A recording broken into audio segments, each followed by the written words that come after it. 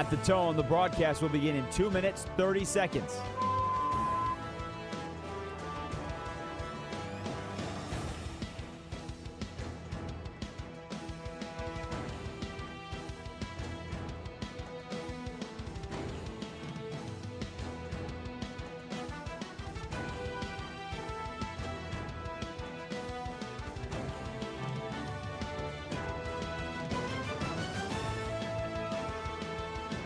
At the tone, the broadcast will begin in 2 minutes.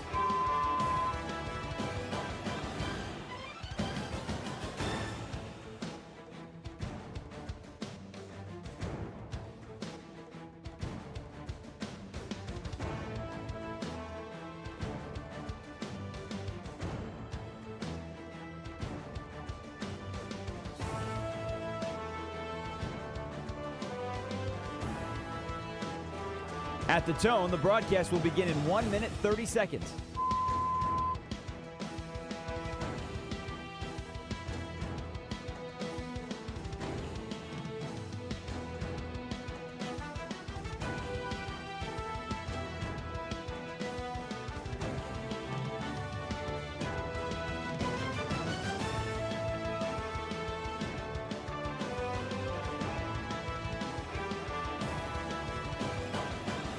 At the tone, the broadcast will begin in 1 minute.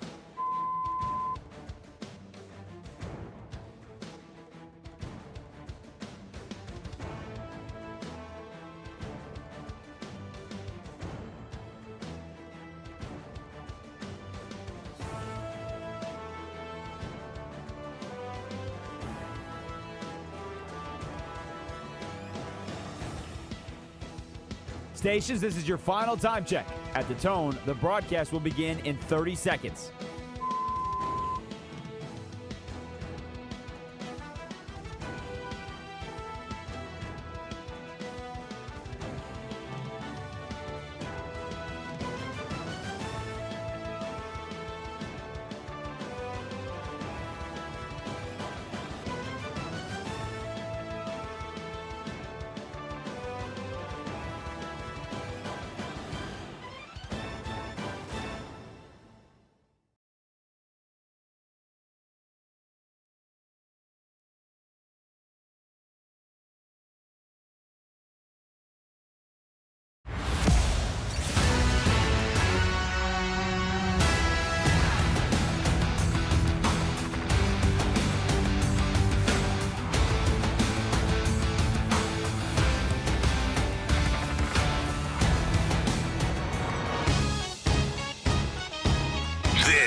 Is Westwood One Sports Night.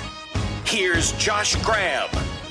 Given that this show is based in the United States of America, let's start by tipping our caps to our neighbors to the north and south. Mexico just survived a 1-0 thriller against South Korea and Guadalajara, winning Group A, while Canada essentially locked up a spot in the knockout round as well. They get their first ever World Cup win, 4 points in their group, a 6-0 rout of Qatar. But rather than delve deeply into the World's game right off the rip, let's focus on America's Open in golf. Despite being the tournament's overwhelming favorites, this isn't going to be Scottie Scheffler's week. Not at Shinnecock Hills, not in the U.S. Open, and you shouldn't be all that surprised by this. The U.S. Open has been by far Scottie Scheffler's worst major tournament. By far. In his 28 prior championship starts, Scottie has finished outside the top 25 just 5 times. First off, that's insane. That's why he's the best player in the world. 28 championship starts, only 5 times you finish outside the top 25. The problem is 4 of those 5 times were in the U.S. Open, including 2 missed cuts. Today wasn't a good start for Scottie, especially for his exceptional standard. After parring the difficult 7th, he doubled on 8. He needed a birdie on the par 3 17th just to save a 2 over 72 for the day. And here's the sobering reality as well. as tough as Shinnecock Hills is, today, might have been the easiest that the course is going to play all week long. Here was the Golf Channel's Rex Hoggard on Westwood One Sports, more specifically Jim Rome, earlier saying just this. It's as easy as it's going to play, Jim. And I know that's tough to say when you hear a player like Rory McIlroy, who shot 1 under, said he would have taken that at the beginning of the day. And keep in mind, the last 2 times the USGA was here for the U.S. Open, the last time being 2018, it did not go well. As a matter of fact, you could argue that they lost the golf course, whatever that means. So this time around, today's forecast called for winds that gusted to 40 miles an hour. So they erred on the side of caution. It was the slowest greens since the mid-90s, and Scottie Scheffler shot 2 over for today. While Scottie is on the doorstep of the career Grand Slam, undoubtedly the biggest story at Shinnecock Hills this week, perhaps a lesson could be taken from Rory McIlroy's recent pursuits of that achievement. Rory, last year at Augusta, became the 6th player in the history of golf to win the career Grand Slam. Rory, if you remember, won 3 of the first 4 majors by the time he was 25 years old. The problem was he didn't get that elusive green jacket until he was 35 years old. A full decade plus later, during that stretch, by the way, didn't win any major championships. He won the 3rd of those 4 majors in 2014. No major championships from 2015 through 2024. Had some collapses in there as well, most notably in the U.S. Open 2 years ago at Pinehurst number 2. So while Scottie can earn the career slam by the time his 30th birthday hits next Tuesday, that should not be the expectation, especially since he's gone 13 starts without a win, hasn't won this year. It's the 3rd longest droughts of his career. The reality is that his game isn't in the best place right now. When Scottie was at his best last year and the year before that, he was automatic. He was like a robot. He's not going to be fazed by pressure, and you just knew exactly where it was going to go. His iron play, his putter right now, it's far from what it had been when Scottie was the most dominant force in golf probably since Tiger Woods in his prime. Not an exaggeration to say. So Scottie Scheffler, this is not going to be his week. So who actually does win this tournament? Well, following with the theme of this rant, you should expect one of the past U.S. Open champs to probably win the U.S. Open, because when you look at the scoreboard, look at the leaderboard, just players that are ranked tied for 9th or better. Let's count them up. How many of these guys are former U.S. Open champions? Well, there's Wyndham Clark, who right now has the 6 under par, 4-shot lead over the rest of the fields. Oh, well, there's Matt Fitzpatrick. He won it in 2022. Oh, there's Dustin Johnson. It's been a minute since he's won, but he's a major champion. Gary Woodland is at 2 under as well. He won it in 2019. John Rahm, he's won a U.S. Open.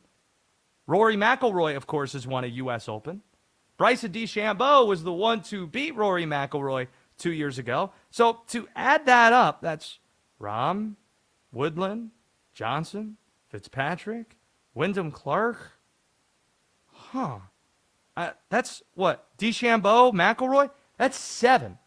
7 former U.S. Open champs who right now are tied for 9th or better in this tournament. Those are the players you should expect to win this tournament, because the USGA, given what they do and the type of tournaments they pick or the courses they pick, they generally have a type who wins these tourneys.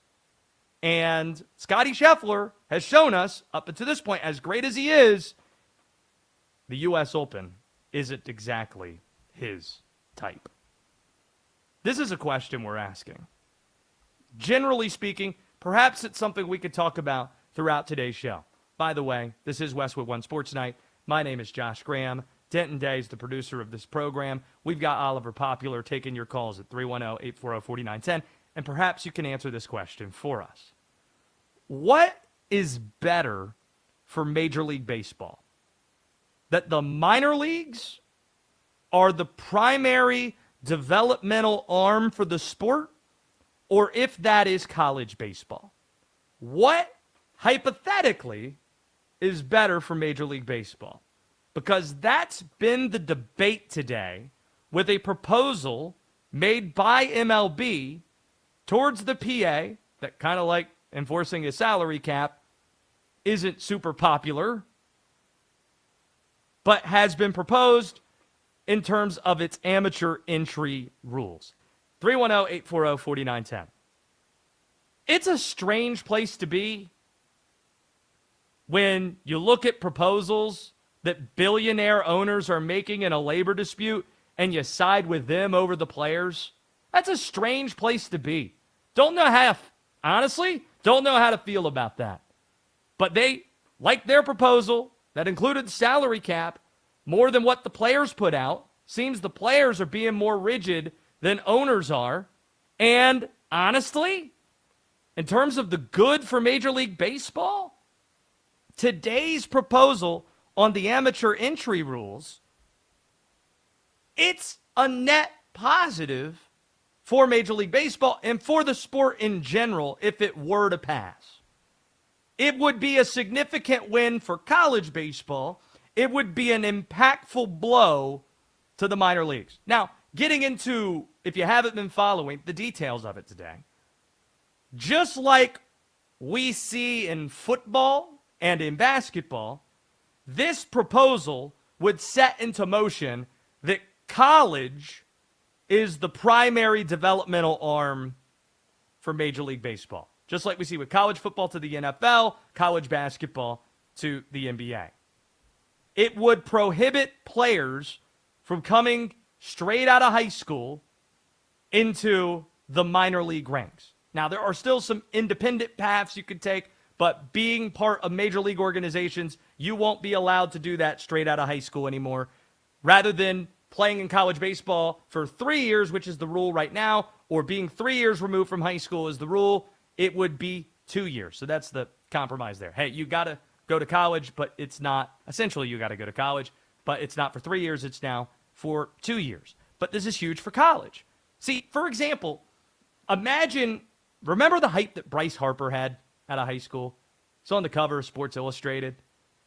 And while we're going down the Washington path, the year before that, Steven Strasburg, or a couple years before he arrived at San Diego State, people started talking about him. Imagine if those guys were able to go into Major League Baseball right away. Or how about Bobby Witt Jr., or maybe a better example because he's straight out of high school. How about Jackson Holliday or his brother Ethan Holliday? Those guys being able to jump right into college baseball and become stars rather than disappearing playing for the Winston-Salem Dash. Using that example because that's where my home is. Season ticket holder used to be. Shout out to the Dash and to the Greensboro Grasshoppers. There's no question that this news would hurt minor league baseball. If this were to pass, we've already seen a ton of retraction of the minors in recent years. A big reason for that, fewer rounds in the draft year after year. It went from 50 rounds to 40 rounds in 2012. In 2021, it went from 40 to 20. This proposal would have the draft go from 20 rounds to 12. Fewer draft picks means fewer players to pay, which means you don't need to have as many teams feasibly in minor league baseball. There's no question that this is a cost-saving measure for MLB owners. Call a spade, and you might be looking to find cost-saving measures ahead of an ugly labor fight that's coming up ahead this winter, but with fewer minor league teams, it does present a smaller runway to get star players from college that develop some name recognition, having success perhaps in Omaha and in the College World Series, getting them to the bigs. So again, the question we're asking Is this good for baseball at large? Is it good that you kneecap minor league baseball while strengthening the college games by having more of the stars right out of high school essentially have to participate in college baseball for a couple of years? With respect to the minor league teams, every one of the minor league games are glorified exhibitions. Love minor league baseball, love going to games. Honestly, we do. But there are no stakes attached to a minor league baseball game. Not today, not ever. Which means there's no scenario there would be national appeal to watch minor league games or talk about a minor league result on a microphone such as this one. College baseball, meanwhile, does have a following because college fan bases are super passionate. So what else are they going to follow when basketball season ends? Oh, no, you follow your college baseball team. That's what you do. And especially when you get to the NCAA baseball tournament and regionals and the College World Series, there is great potential with college baseball for this sport to grow in popularity, and you can add to the popularity of it by having better prospects play in it. And it's great for Major League Baseball to have these massive stars develop before they ever step foot on a professional field, whether it's in the minors or Major League Baseball. That is a good thing. That is something the NFL has understood for a very long time, that healthy college football is good for the NFL. Why? Because you already know who Fernando Mendoza is. He's a household name before he ever steps foot in the Raiders organization. And that creates interest, that sells. And there's possibility for that in college baseball that, if anyone's being honest, you just don't get with the minor leagues. But again, we'll pose the question to you. What's better for Major League Baseball? Let's assume that this is something that you get to choose unilaterally, passes or not.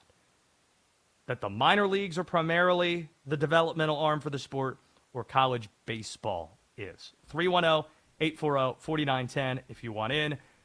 The Canyon of Heroes is top of mind. The New York Knicks had an epic victory parade today. There are 3 highlights you must stick around for, and those are next on Westwood One Sports Night. International soccer is taking over the U.S., and only DraftKings has you fully covered. The DraftKings Sports app is now available in all 50 states. Sweat all the matches you love, all in one place with one app. New DraftKings customers sign up with code Westwood, spend $5 to get $200 in rewards within 21 days. That's code Westwood in partnership with DraftKings. The crown is yours. Bet with DK Sportsbook. Gambling problem? Call 1-800-GAMBLER. 1-800-MY-RESET. New York, call 877-8-HOPE-NY. Text HOPE-NY. Connecticut, call 888-789-7777. Visit ccpg.org. On behalf of Boot Hill Casino in Kansas, bet tax pass-through may apply in Illinois. 21 plus. Void in Ontario. Event contact trading with DraftKings predictions involves risk of loss. Sportsbook bonus bets expire in 7 days. $50 in prediction dollars issued weekly for 3 weeks. Expire in 1 year. Redeem one non-withdrawal reward. Availability varies. Predictions offer void in New York. Ends June 28th. Terms at dkng.co/audio. The U.S. men's national team looks to go 2-0 in group play when they take on Australia. Can the Americans win 2 games in group play for the first time since the original World Cup nearly a century ago? We'll find out tomorrow. Westwood One Sports.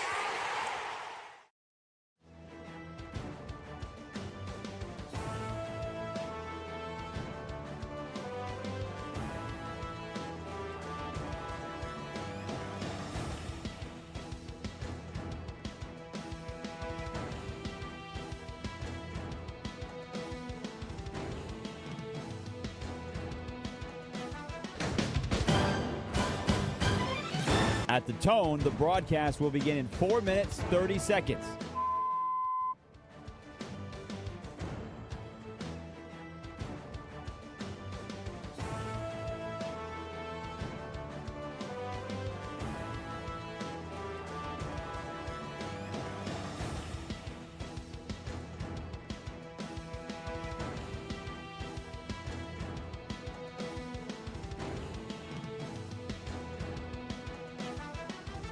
At the tone, the broadcast will begin in 4 minutes.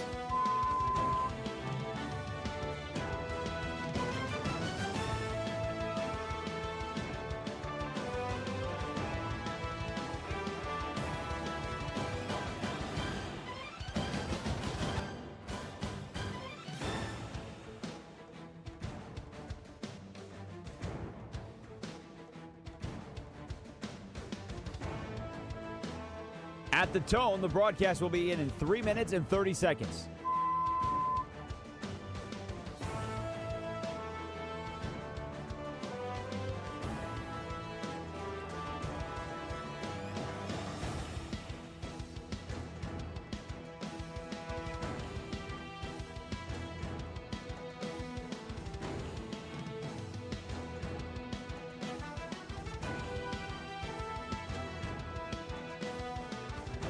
At the tone, the broadcast will begin in 3 minutes.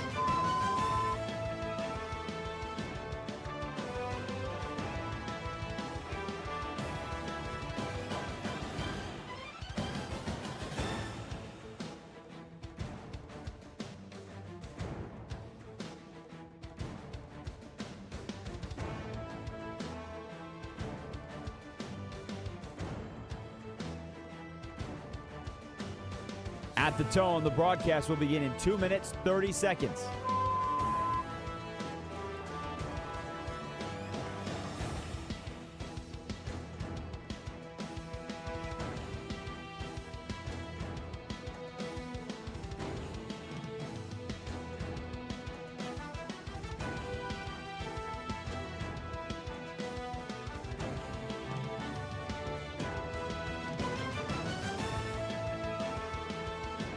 At the tone, the broadcast will begin in 2 minutes.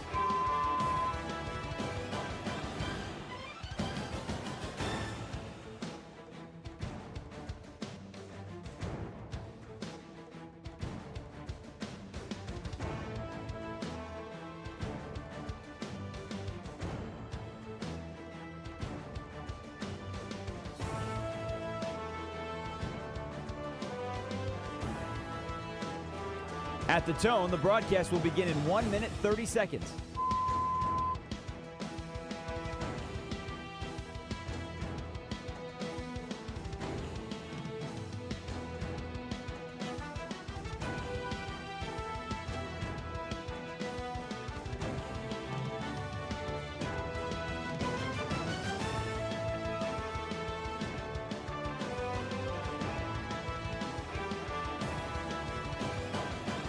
At the tone, the broadcast will begin in 1 minute.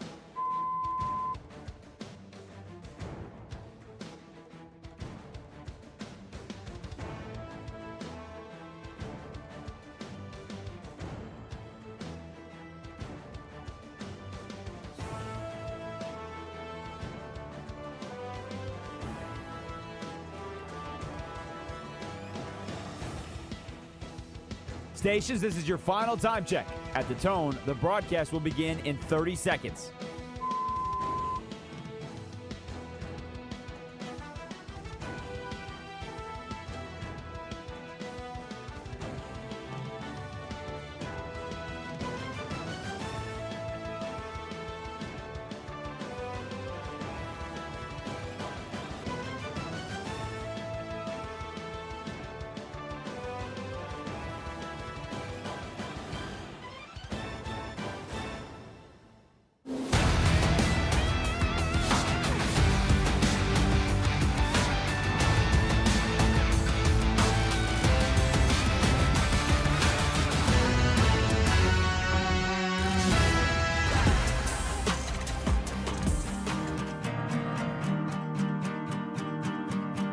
This is Westwood One Sports Night.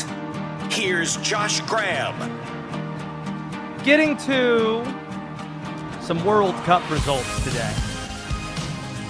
Second group stage matches taking place. The Mexico match, insane. Mexico winning Group A, routing South Africa in the debut, their opener in Mexico City. Tonight in Guadalajara, goaltending, the obvious difference. The singular goal, it was a disastrous goaltending mistake by South Korea, and then maybe the best two saves we've seen this tournament by Mexico to seal it. Meanwhile, a historic day in Canada, first ever World Cup win. They do so in emphatic fashion, a 6-0 rout of Qatar. That matches the largest margin a World Cup host has ever won a World Cup match. The other examples were 1934 and 1950. Jonathan David was the central storyline. He booked a hat trick because of the goal margin, +6 here, and the fact it booked a draw in their opening match. The Canadians, they should be solidly through to the knockout stages. So good for Canada.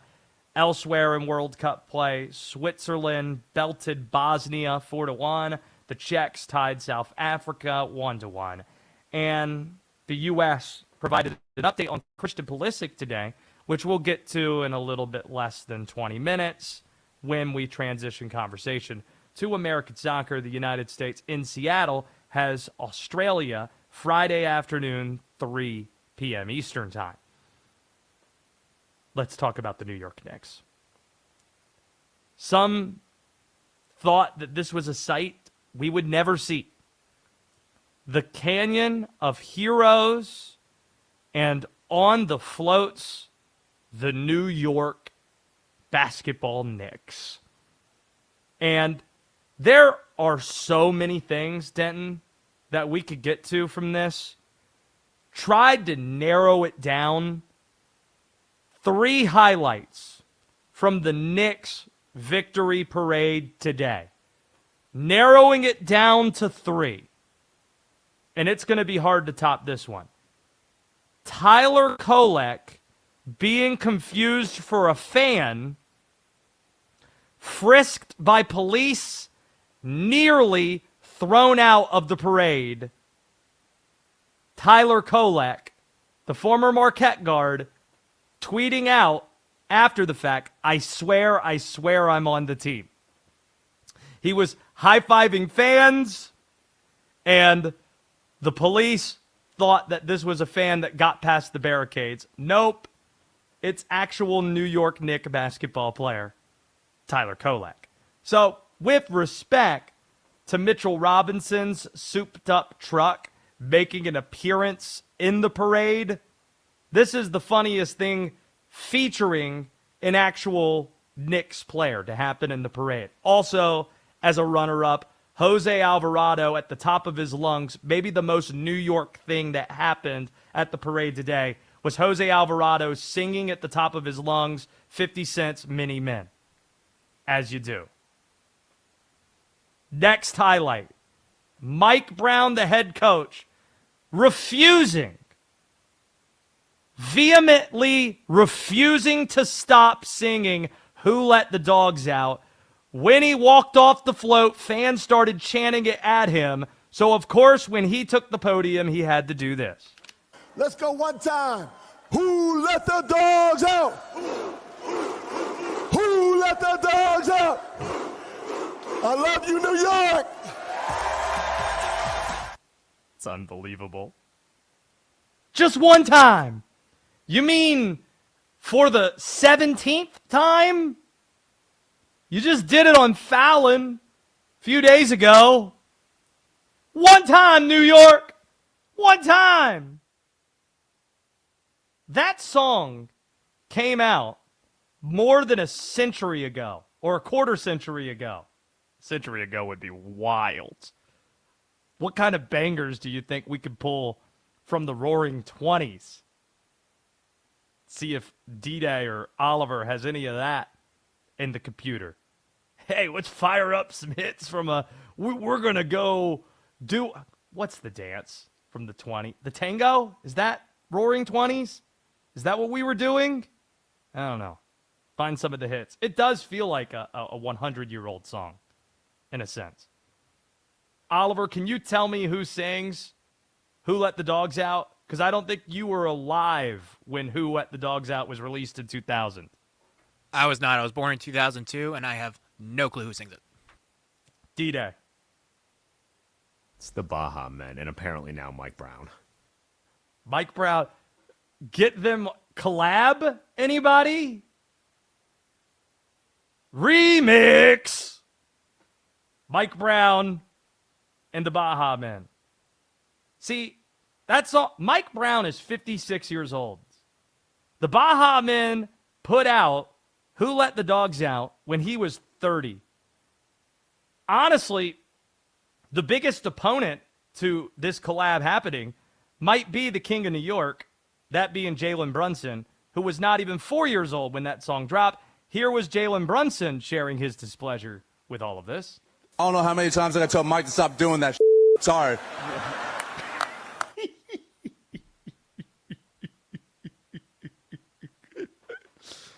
Yeah, that sounds about right. Oh, shoot. We have exclusive sound of Jalen Brunson reacting to Mike Brown the one time or the second or third time he forgot to use a timeout at the end of game situation versus Atlanta. Just play that one more time for me, please. Thank you. I don't know how many times I gotta tell Mike to stop doing that. Sorry. Remember when we ripped Mike Brown during the playoffs?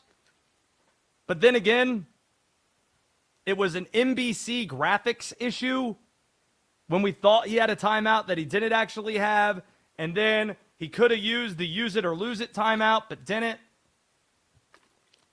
The NBA playoffs, they last a minute. So Mike Brown refusing to stop singing Who Let the Dogs Out, that's certainly a highlight. But D-Day could not limit this to just one singular activity. The third highlight from the Knicks parade. We have Mike Brown. We have Tyler Kolek. The real stars of the victory parade were the New York basketball fans themselves. Knicks fans doing wildly reckless things. And this list here just have narrowed down to 3. But please, D-Day, please, Oliver, please, you in the audience, 310-840-4910. If you were at this parade, I'd love to hear from you. If you were at the Knicks parade, would love to hear from you. But these are the 3 things on my algorithm, on my social media that I saw as the craziest things that Knicks fans did. The twerking lady on a light post that then got into a fight with another lady. Did you see this video, D-Day? The reason I ask, I'm hesitant to bring it up because isn't it one of those that you see and you immediately wonder if it's a bit, if it's real? Oh, no, I knew that was real. I've seen mad people twerking before, and there you can't act. That's not there's no bit there. No bit. That's just New Yorkers being New Yorkers and twerkers getting agitated. Or, you know, someone getting agitated with said twerker. So that was the first thing, probably. Shout out to whoever placed a massive Chick-fil-A delivery order in the middle of the parade. You see the poor Chick-fil-A delivery people, and it's not, D-Day, them holding a Chick-fil-A bag. It's not like a singular bag. They've got the black insulated bag. The black insulated box, so to speak. Meaning a lot of chicken was ordered here. And they're just walking with this massive insulated cooler amidst the throngs of fans asking out loud, who placed this Chick-fil-A order? Because, don't know, honestly, because we were on so late last night, what time the parade started. When I woke up, I started seeing some of these clips. I can imagine, in order to get an ample, pristine spot in line at the victory parade, you got to be out there pretty early. So if you're trying to order some breakfast, or if you're trying, you might get out there before the Chick-fil-A is open. You know, and all right, we'll get the spot, and then at this time, we're going to place a massive order. We're all going to chip in on Venmo. That's what we're going to do. So, shout out to whoever placed a massive Chick-fil-A delivery order amidst the Knicks victory parade. But this one might take the cake, honestly. All of these are really good. Knicks fans doing reckless, wild things at the parade. How about the fan that tried to pull off a squints Wendy Peppercorn move. If you're unaware, if you're uninitiated, a guy receiving medical care down on his back, getting, what do we call it? Like mouth-to-mouth treatment, and then resuscitated trying to kiss the lady that's helping him. She, much like Wendy Peppercorn, was not a fan of this, it seemed. But Knick fans are going to be Knick fans, is the takeaway to have from today's parade. Is there anything I missed, D-Day, or did I cover most of it? No, you covered the big things. I would also add that my favorite element of the parade and just this whole like championship celebratory run is that like the greatest dude is Karl Anthony Towns. Like he's just having the most fun all the time and is just the happiest human being in the world. He's been the butt of the joke. I've made him the butt of the joke for a long time, but like, man, Big Purr is living it up. I thought you were going to say Alicia Keys was the highlight of the parade. Bold decision to go Alicia Keys, because the elephant in the room is Jay-Z not a Knick fan. I mean, the Nets. Well, famously Brooklyn. Yeah. They do have in a that team position, as much as they forget it sometimes. In that position, you gotta. I think Billy Joel is the first call. Do you think Alicia Keys was the first call? Or did they call Billy Joel first? They had the piano already there. They're like, all right, let's ask Billy first and then Alicia. Well, why would they ask Billy Joel over Alicia Keys? I think there's a pecking order here. And I think going famous New York recently, State of Mind. I mean, Empire State of Mind. They literally play it nonstop at Times Square. Like literally, I stayed there, and it was nonstop. But let's not forget, Empire State of Mind is a play off the song New York State of Mind. Just saying, if we're comparing the songs, well, that one, and also you don't have Jay-Z.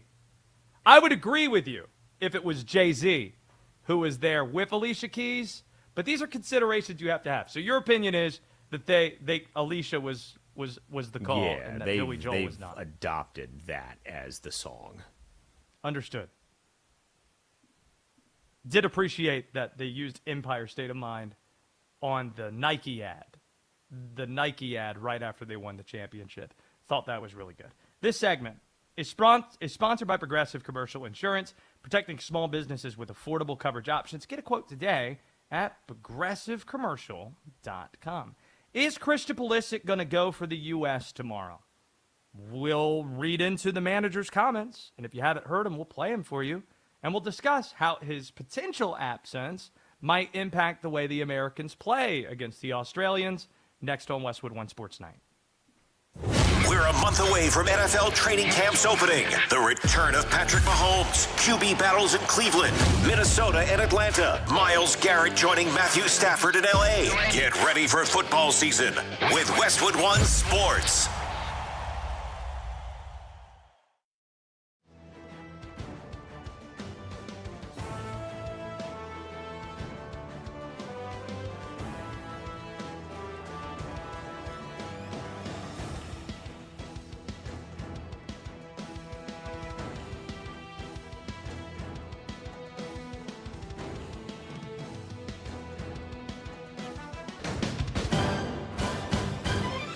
At the tone, the broadcast will begin in 4 minutes, 30 seconds.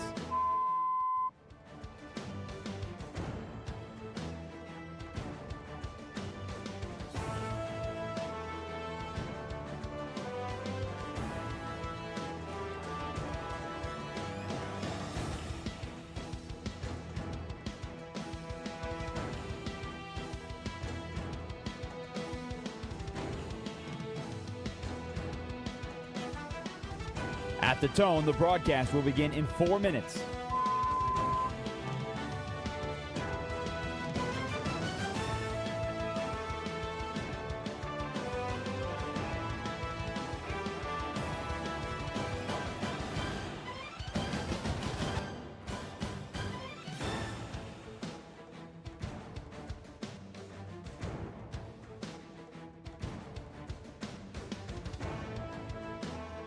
At the tone, the broadcast will begin in 3 minutes and 30 seconds.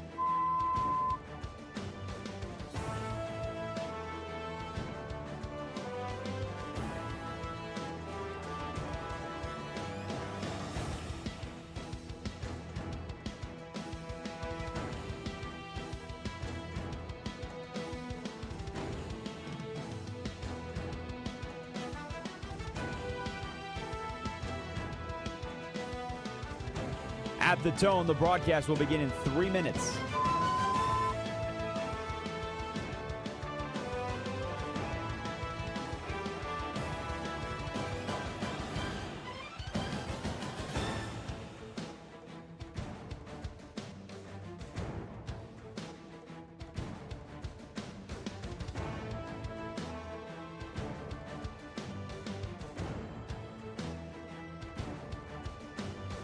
At the tone, the broadcast will begin in 2 minutes, 30 seconds.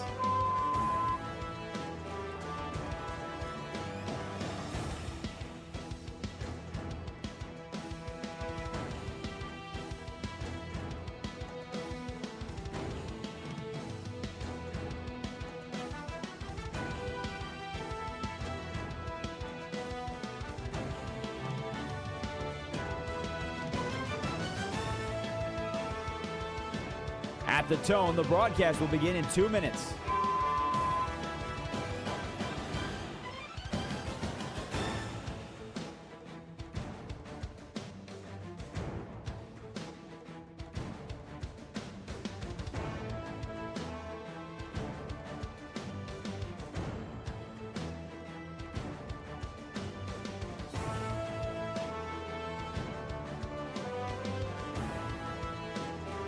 At the tone, the broadcast will begin in 1 minute, 30 seconds.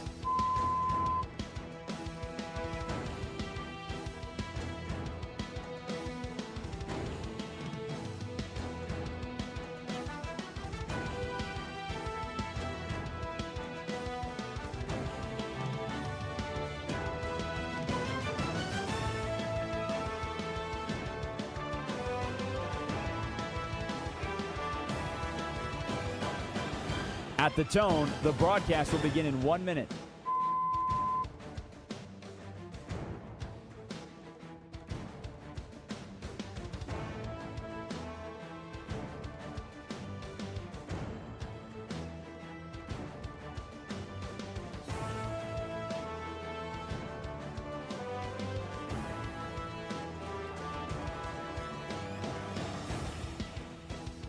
Stations, this is your final time check. At the tone, the broadcast will begin in 30 seconds.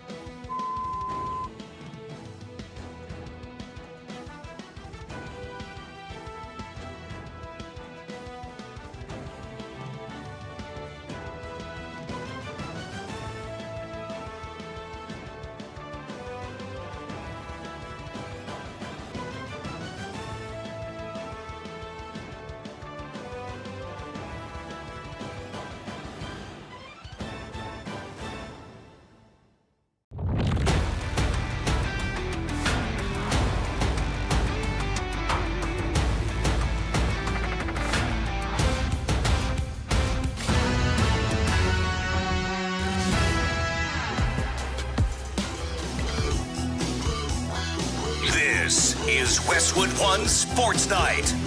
Here's Josh Graham. This will be fun. The United States faces Australia tomorrow at 3 p.m. Eastern Time in Seattle. On Westwood One Sports Night tomorrow night, JP Dellacamera is going to join the show.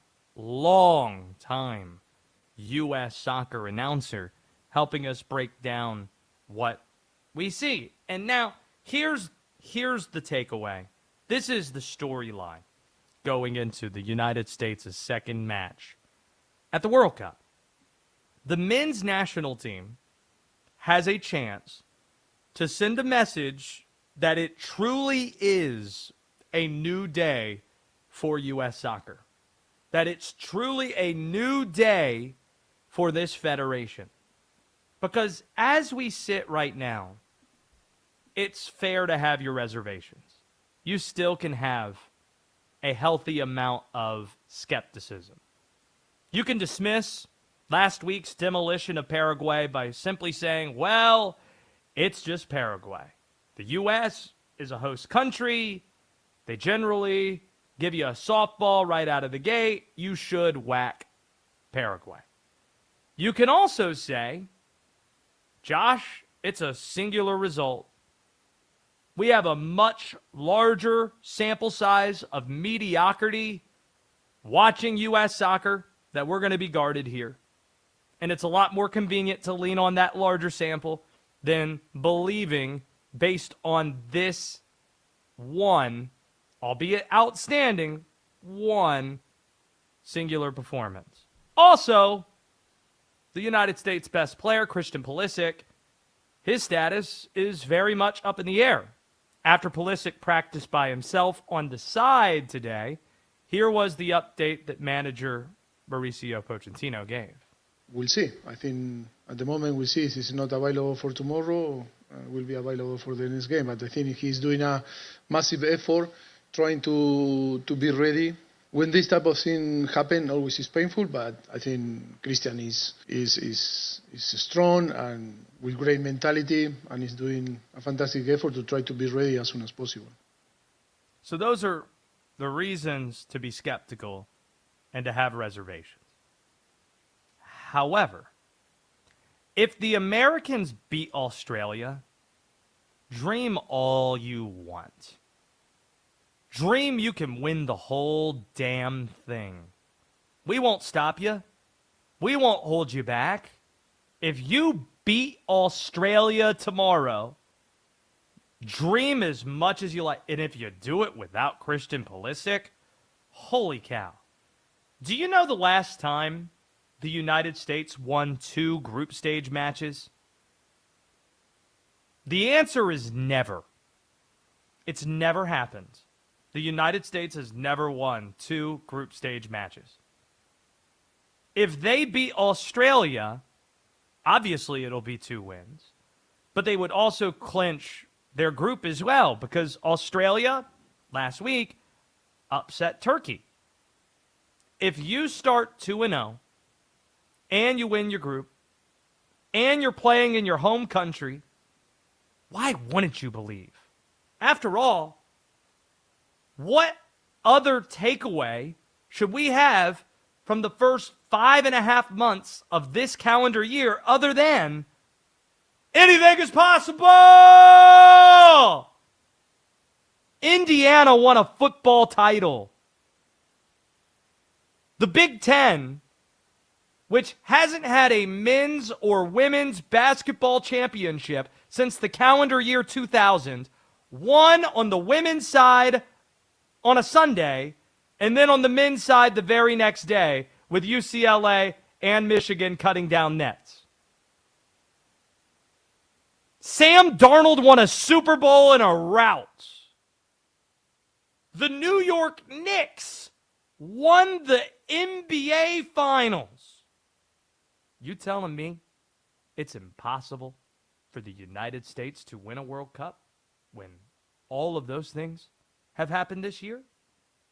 If the United States beats Australia, dream as much as you like. Dream as big as you want to dream. Now, just as much of a story as the United States, the sheer result is. Do you win? Do you lose? Do you draw? Style of play is going to be just as important here. Unlike past American teams, what was noteworthy from the Pochettino squad against Paraguay, the United States didn't sit back. They were aggressive in the opposing end. Not a counterpunching team, taking the fight to the opposition.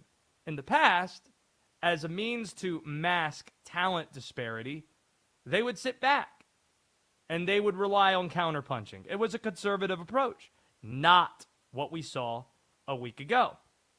If Christian Pulisic doesn't play, if you're facing better competition than Paraguay? Does Mauricio Pochettino still choose to play that style? Will they continue to do that as the competition gets better? That's going to be a central storyline with all of this as well. Make sure if you haven't already, you're subscribed to the podcast, searching Westwood One Sports Night, Apple Podcasts, Spotify. Those are the two primary ways you can find us.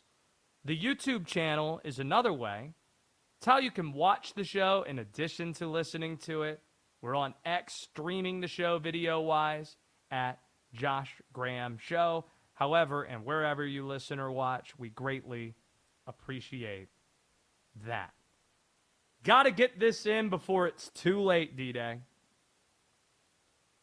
Happy anniversary to my wife and I here. It is my 4-year wedding anniversary, and here is something I love about my wife more than almost anything else. Do you know how many social media posts I have posted about this on X or Facebook or Instagram or Threads or whatever? And the same thing for my wife. The combined total, 0. And it's completely cool. And it's okay. She isn't really on social media. She doesn't see the mean comments or the good comments for that matter. And there's no, it is a favorite feature. There's no pressure on her birthday or on an anniversary to have to, oh no, if I don't send this post out telling people how happy we are, well, I'm going to hear about it later tonight. I don't know. D-Day, is this something I should be happy about? Because I am, admittedly. I mean, yeah, if it makes you happy and makes her happy, then yeah, you should be happy about it. Yeah, just not caring about the social media piece of it. We both met our wives off dating apps, works out well. And I got married 4 years ago. How long have you been married again, Denton? You've been married for a long time? A little over a year. Short time. Oh, well, congratulations on your recent 1-year anniversary. That's very exciting stuff. At this point, the anniversary celebration is let's go to Chick-fil-A. Let's go to Chick-fil-A, which is a weekly staple already. Go there with our son so that way we can get like a kid's order and eat secretly half of it for ourselves because he's only going to have a few bites of it. That is right now the secret trick that we have as of right now. But anyway, I am a handwritten note person and also somebody that will use a platform such as this one to brag about my wife and to celebrate anniversaries. Don't know, just the social media post. Maybe this is just the insecurity in me coming out a little bit. I always feel that the more you post about how happy you are and how happy things are, maybe it's not as good as it seems. Maybe it's not. I don't know. Just speculating, just spitballing here. Getting to Major League Baseball, since we have the time here. This is not as fun. This isn't nearly as fun as an anniversary. Injuries were the story in Major League Baseball today. Mike Trout put on the injured list with a hamstring injury, and here's a list of 3 guys that left games today with apparent injuries. Noteworthy players. Jazz Chisholm took a foul ball to the groin in New York. Royal star Bobby Witt Jr. left the game on a sliding play. Orioles catcher Adley Rutschman was hit in the head running the first on a fielder's choice, removed from the game. So there's some concern there. And we had a couple of surgeries as well. Phillies outfielder Adolis Garcia, he's out for the rest of the year because of a lat injury.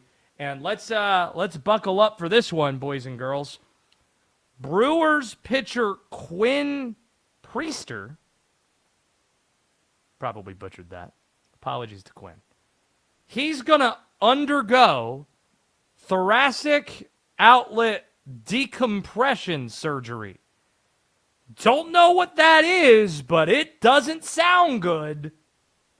So, in Major League Baseball today, sadly, it's, air quote, one of those days, as the biggest stories that we have are, unfortunately, players going down. And players potentially being traded. We're still a month and change away from the deadline, and yet we have Byron Buxton and Tarek Skubal being talked about as potential trade options.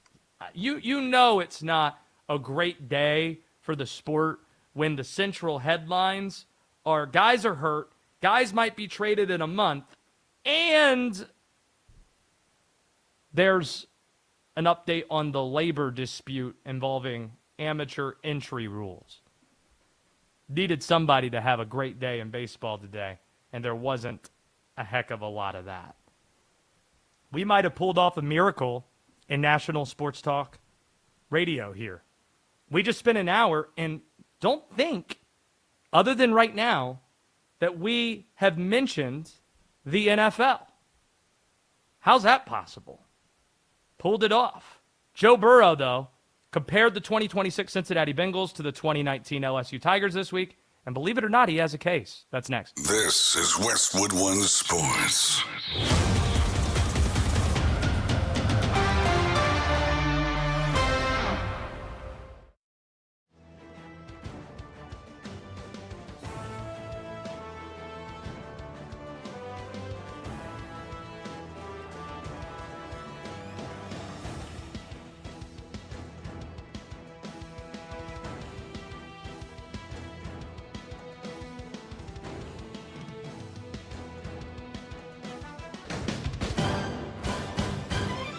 At the tone, the broadcast will begin in 4 minutes, 30 seconds.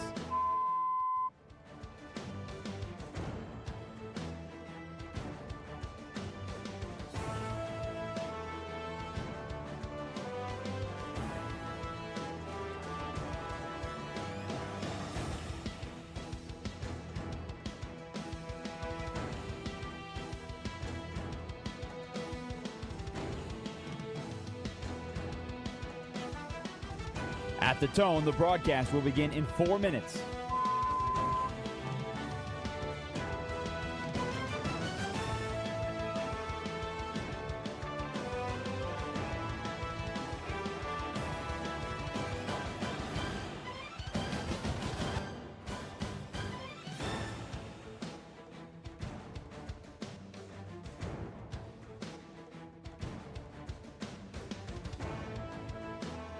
At the tone, the broadcast will begin in 3 minutes and 30 seconds.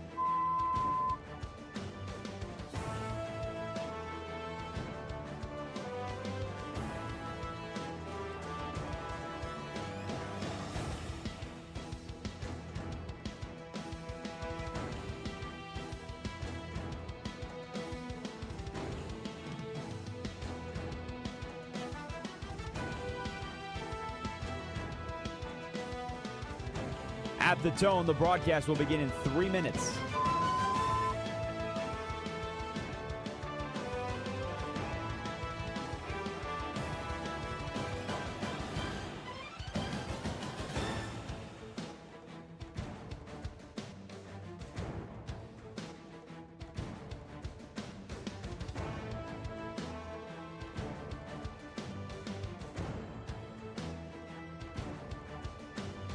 At the tone, the broadcast will begin in 2 minutes, 30 seconds.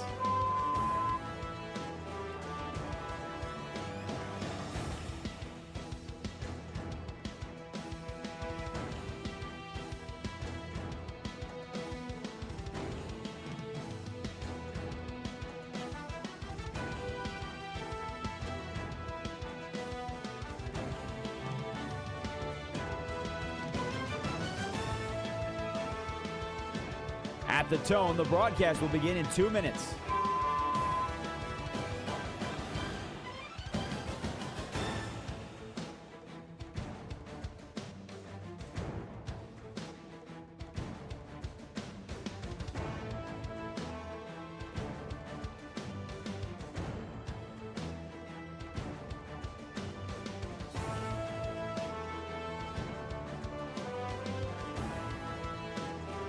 At the tone, the broadcast will begin in 1 minute, 30 seconds.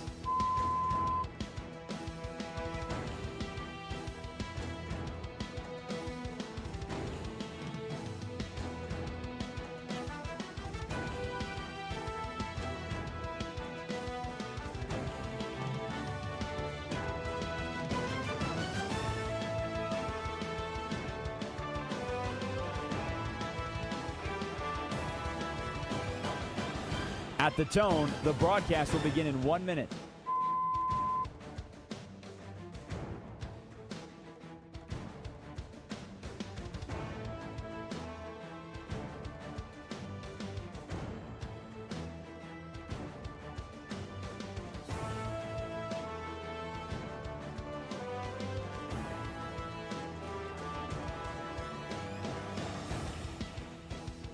Stations, this is your final time check. At the tone, the broadcast will begin in 30 seconds.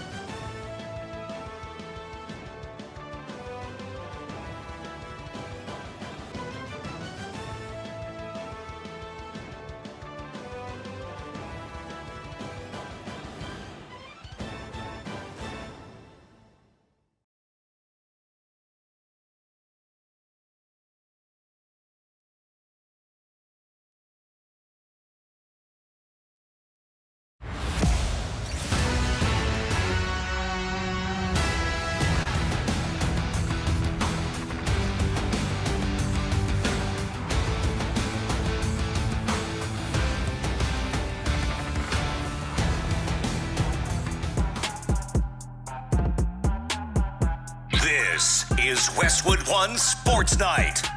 Here's Josh Graham. Wyndham Clark, 4 shots up after 1 round at the U.S. Open. Hopefully, the hosts' performances today at the World Cup foreshadow what might happen for the Americans Friday night against Australia in Seattle. Canada, 6-0 winners against Qatar. And our friends to the south, Mexico, 1-0 winners against South Korea. Plenty of time to get to the golf and to the soccer. Let's focus on the NFL right now, though. Joe Burrow made headlines out at Cincinnati Bengals offseason workouts when he decided to compare this year's Bengals rather, to another group of Tigers, of Wildcats, the team that he led to a national championship at LSU in 2019. You know, you go back and watch what I said before 2019 season at LSU. You know, I feel very similarly about this team. You know, I'm so excited to get started and get moving. And I wish we would ramp this right into training camp so we can continue to improve. Because I feel like, you know, there's so much greatness that we're going to be able to achieve this year. I'm just excited to get going. This might surprise you, but what Joe Burrow is saying tracks. It makes sense why Joe Burrow would compare these Bengals to his LSU title team. Joe Burrow's right to say, go back and listen to what I said in 2019.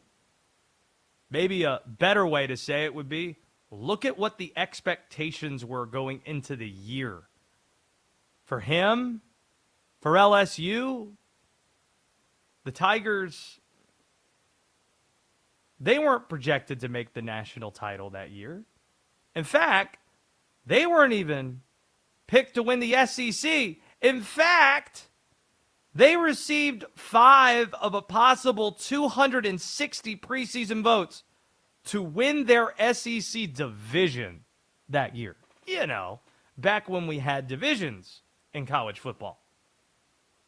Joe Burrow, according to Mel Kiper's preseason NFL quarterback ratings, NFL draft rankings, he was slotted as a 6th-round draft pick that year. So nobody forecasted that LSU team would be what they were. Meanwhile, you look at the Cincinnati Bengals of 2026, they're not favorites to win the AFC West. They have the 8th best odds to win the AFC. Pardon, the AFC North, not the AFC West. They have the 8th best odds to win the AFC altogether. Since only 7 teams make the postseason each year, the odds makers are essentially saying that Cincinnati is probably going to miss the playoffs. So again, not favored in the AFC North, and the 8th best odds to win the AFC. The odds makers, courtesy of our friends at DraftKings, pretty much saying, yeah, you're not a playoff team. So expectations are low. So why might Joe Burrow feel confident in this year's team? Well, here's the case for them. They have a top 4 quarterback in the sport. We know what that top tier is. It's Patrick Mahomes. It's Joe Burrow. It's Josh Allen. It's Lamar Jackson. Place them in whatever order you like. Those are the top 4 quarterbacks in the NFL. Unlike Lamar and Josh Allen, Joe Burrow's been to a Super Bowl. Joe Burrow had a lead in the Super Bowl in the final 3 minutes of a Super Bowl. Joe also has better weapons than any of the 3 other elite quarterbacks have. The Bengals, they were the only AFC North team that didn't make a coaching change this offseason. They chose stability in Zach Taylor, while the Ravens and Browns made coaching changes, while Mike Tomlin stepped down in Pittsburgh. Sure, they lost Trey Hendrickson to Baltimore, but is there an AFC North acquisition that was bigger, both literally and figuratively, than the Bengals adding Dexter Lawrence? And to further help that D-line, Boy Mafa? Those are massive, massive additions for a team taking a swing, going for it right now. But much like every other team in the AFC, the Bengals, they have a key flaw that you can point to. But you could say that about any other team in the AFC. There's no AFC team, it feels like, that you could point to and not find a significant flaw in. For the Ravens and Bills, first-year head coaches and MVP quarterbacks that haven't broken through in the playoffs. In LA, Justin Herbert hasn't won a playoff game. In Kansas City, it's injuries, it's age. You won 6 games last year. In New England, it's a difficult schedule after last year's schedule was so cakewalky. Lost pieces. A horny coach. Not sure that one has the biggest effect, but still worth noting. The Bengals' flaw is Joe Burrow's health. The O-line is decent, but it's never been great. It still isn't great. He's missed 16 games over the last 3 seasons. So it does feel like simple math here for Cincinnati. If Joe Burrow is healthy throughout the entire season, they can win the division. They could potentially go to the Super Bowl. If Joe Burrow isn't healthy, they aren't a playoff team. And that's probably the case you could make for that LSU team in 2019 too, when he won the Heisman Trophy. 310-840-4910 if you want in on the program. Let's go to Carter from the Bronx. 310-840-4910. First caller of the hour here. First caller of the night, Carter from the Bronx. Let's make it a good one. Mr. Joshy boy, how we doing, buddy? Doing well. It's was my wife and I's 4-year wedding anniversary last night, I guess. It's on the East Coast. It's flipped now June to 18th, yeah? June 18th, yeah, 2022. June 18th. That's right, 4 years ago. Well, hey, it just so So I'm happened, doing well. Josh, I knew we always had this cosmic connection, you know, whether we were Eskimo brothers or what it was. I didn't know what, man. But it so turns out, man, we share a special day in common. June 18th, Carter from the Bronx turns 30 years young. It's my birthday. Wow. It's the big We share a 3-0? very special thing in common. Yes. It's Well, all hold one downhill sec. from here. Hold one sec, Carter from the Bronx. If you're from the Bronx, does that mean you're a Knicks fan? Did you go to the parade today? No, frick the Knicks. I don't care about that. I mean, I'm actually I do appreciate in, you cleaning that up a little bit. I that's an ICK that I heard there. That's great enunciation. I appreciate the enunciation. Yeah, man, I'm everything Baltimore. You know, my family's from Baltimore. Grew up in Bronx, but you know, I'm all Baltimore. Everything. That's why I come after you for your Lamar stand-up. But just want to say happy anniversary. We got something in common, Josh. We might still be Eskimo bros. Who knows? Oh my gosh, here we go. I've gotten around. I'm sure you're a ladies' man too. But hey, happy anniversary, Josh. Love your world and happy birthday, Carter. Carter from the Bronx, the big 3-0. You know, our birthday gift to you is that we don't drop the call on the first Eskimo Brothers reference or the second one. We're just going to let that ride. 310-840-4910. Should we go to Ryan in Ontario in the World Cup? See, if the United States were to win tonight, we'd be taking all the American soccer calls. People would be very excited. So why, since we're on in Canada, would we take exception to their excitement as well? First World Cup win. So Ryan in Ontario, you know what? Let's do it. Ryan, how excited are you for your country? 6-0 winners or 6-0 winners. Almost said 6-0. Not going to do it. Against Qatar. Hey, Josh Graham. Thanks for taking my call, buddy. I'm so fired up. The country's just buzzing. Let's go, eh? I love it. Do you guys have watch parties in Canada, or because this was in Vancouver? Oh yeah, correct? like the bars open till 4:00 in the morning now. It's amazing. Love that. Yeah. Well, go to and like Canada. U.S. is playing Australia. You said tomorrow. That's right. 3:00 Eastern time. So that's their second game. Is that correct? That is correct. They win this game, they win the group. And then so the goal differentials, and so now the third game is going to be Canada-Switzerland, right? I'm pretty sure. I believe that's right. So, and you shouldn't worry so much about goal differential, considering you just won 6-0 today. Ryan, it's good to hear from you. Good luck to your Canadians and all. Good to hear from you. 310-840-4910. Do you think anybody's going to object to the idea that if Joe Burrow's healthy, that the Cincinnati Bengals could have a magical season? Let's check in on Josh, who's in Miami. Josh, you with me? What is going on, Josh? How we doing today? I'm well. Hope you are. What do you think about what Joe Burrow said? I mean, I'm all for it. Let's fire it up. Let's see if they can get back to a Super Bowl.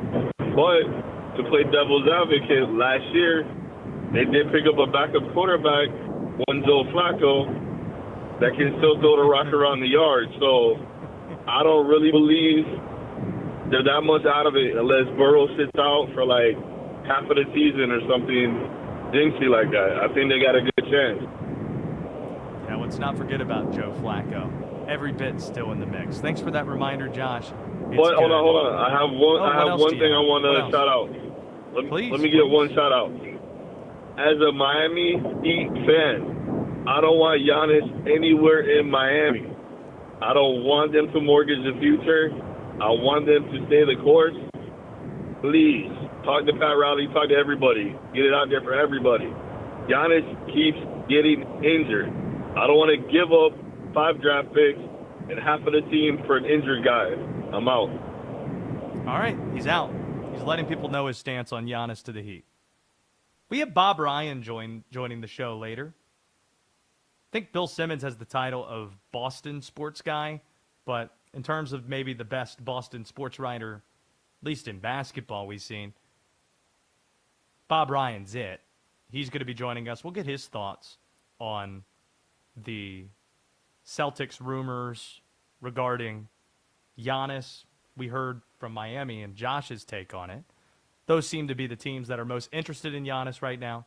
While we're talking hoops, the Knicks had their parade. We heard from Carter from the Bronx. How about Mr. Positive? Mr. Positive, what was the highlight of the Knicks parade today, you think? Oh, Josh, congratulations on your 4-year anniversary. I'm very happy for you. It's very good. I love it. Makes my I've got a grin on my face. The best thing about the Knicks is the way Jalen Brunson hung out with Mariska Hargitay from Law & Order SVU. It was fantastic. All the great stuff. It was a great parade. 2 million people. It really is something that the Detroit teams in Michigan should look forward to. And but hey, love you, Josh. Can't wait for Free for All Friday. And hey, have a great night, and thanks for taking my call. Hold one sec. You didn't say the magic words. I'll save it for tomorrow, my friend. I'm a little bit subdued. Love you, though. Got it. Thank you, buddy. Thank you, D-Day. Thank you. Or thank you, Mr. Positive. I'm looking at D-Day, who looks just as disappointed as I am that we don't get a boom shakalaka for Mr. Positive. Just a bit subdued. All right. Good to know. Did love that we had the SVU appearance. That made me very happy to see Mariska out there, because there were some especially heinous crimes out on the New York streets during the victory parade. 310-840-4910 if you want in. Almost feels like Free for All Friday with the different directions that some of these calls are going in. Coming up, how one sport has us imagining perhaps a neutral site NBA Finals. Keep it here on Westwood One Sports Night. International soccer is taking over the U.S., and only DraftKings has you fully covered. The DraftKings Sports app, now available in all 50 states. Sweat all the matches you love, all in one place with one app. New DraftKings customers sign up with code Westwood. Spend $5 to get $200 in rewards within 21 days. That's code Westwood in partnership with DraftKings. The crown is yours. Bet with DK Sportsbook. Gambling problem? Call 1-800-GAMBLER. 1-800-MY-RESET. New York, call 877-8-HOPE-NY. Text HOPE-NY. Connecticut, call 888-789-7777. Visit ccpg.org. On behalf of Boot Hill Casino in Kansas, bet tax pass-through may apply in Illinois. 21 plus. Void in Ontario. Event contact trading with DraftKings predictions involves risk of loss. Sportsbook bonus bets expire in 7 days. $50 in prediction dollars issued weekly for 3 weeks. Expire in 1 year. Redeem one non-withdrawal reward. Availability varies. Predictions offer void in New York. Ends June 28th. Terms at dkng.co/audio. Baker Mayfield is looking for a new contract before training camp. Will the Buccaneers get a deal done with the franchise QB or risk a distraction hovering over Tampa Bay all season? Westwood One Sports.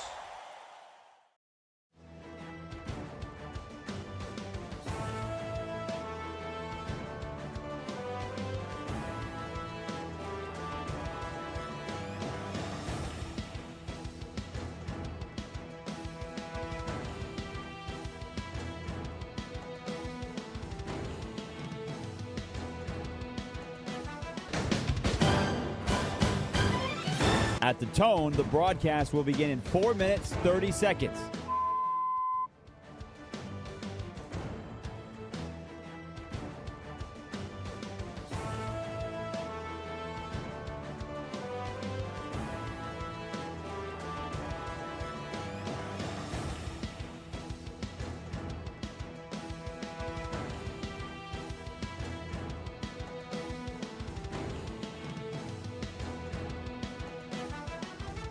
At the tone, the broadcast will begin in 4 minutes.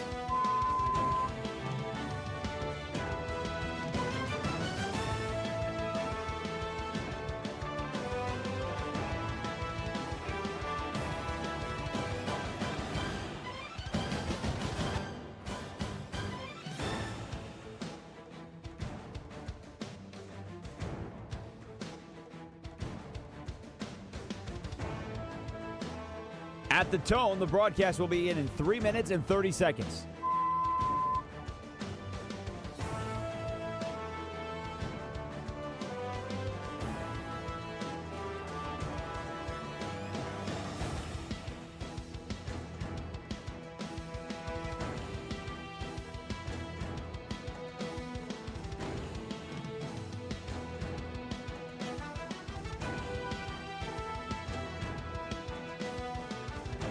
At the tone, the broadcast will begin in 3 minutes.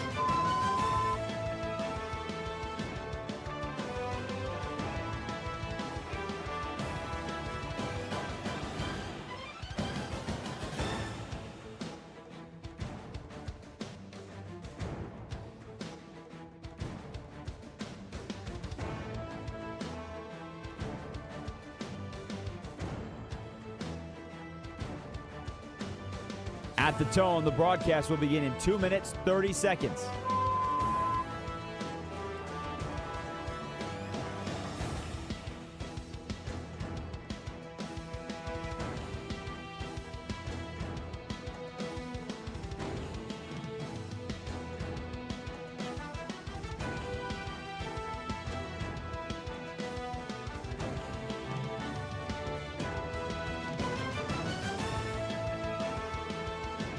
At the tone, the broadcast will begin in 2 minutes.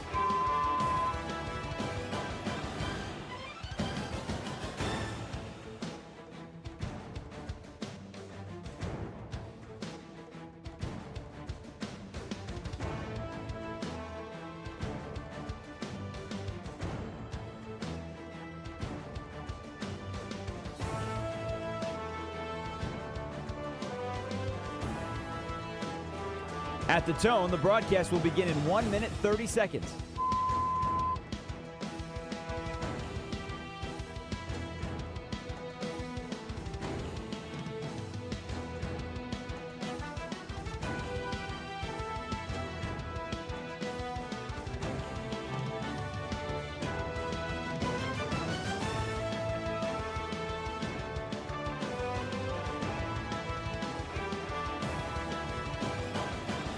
At the tone, the broadcast will begin in 1 minute.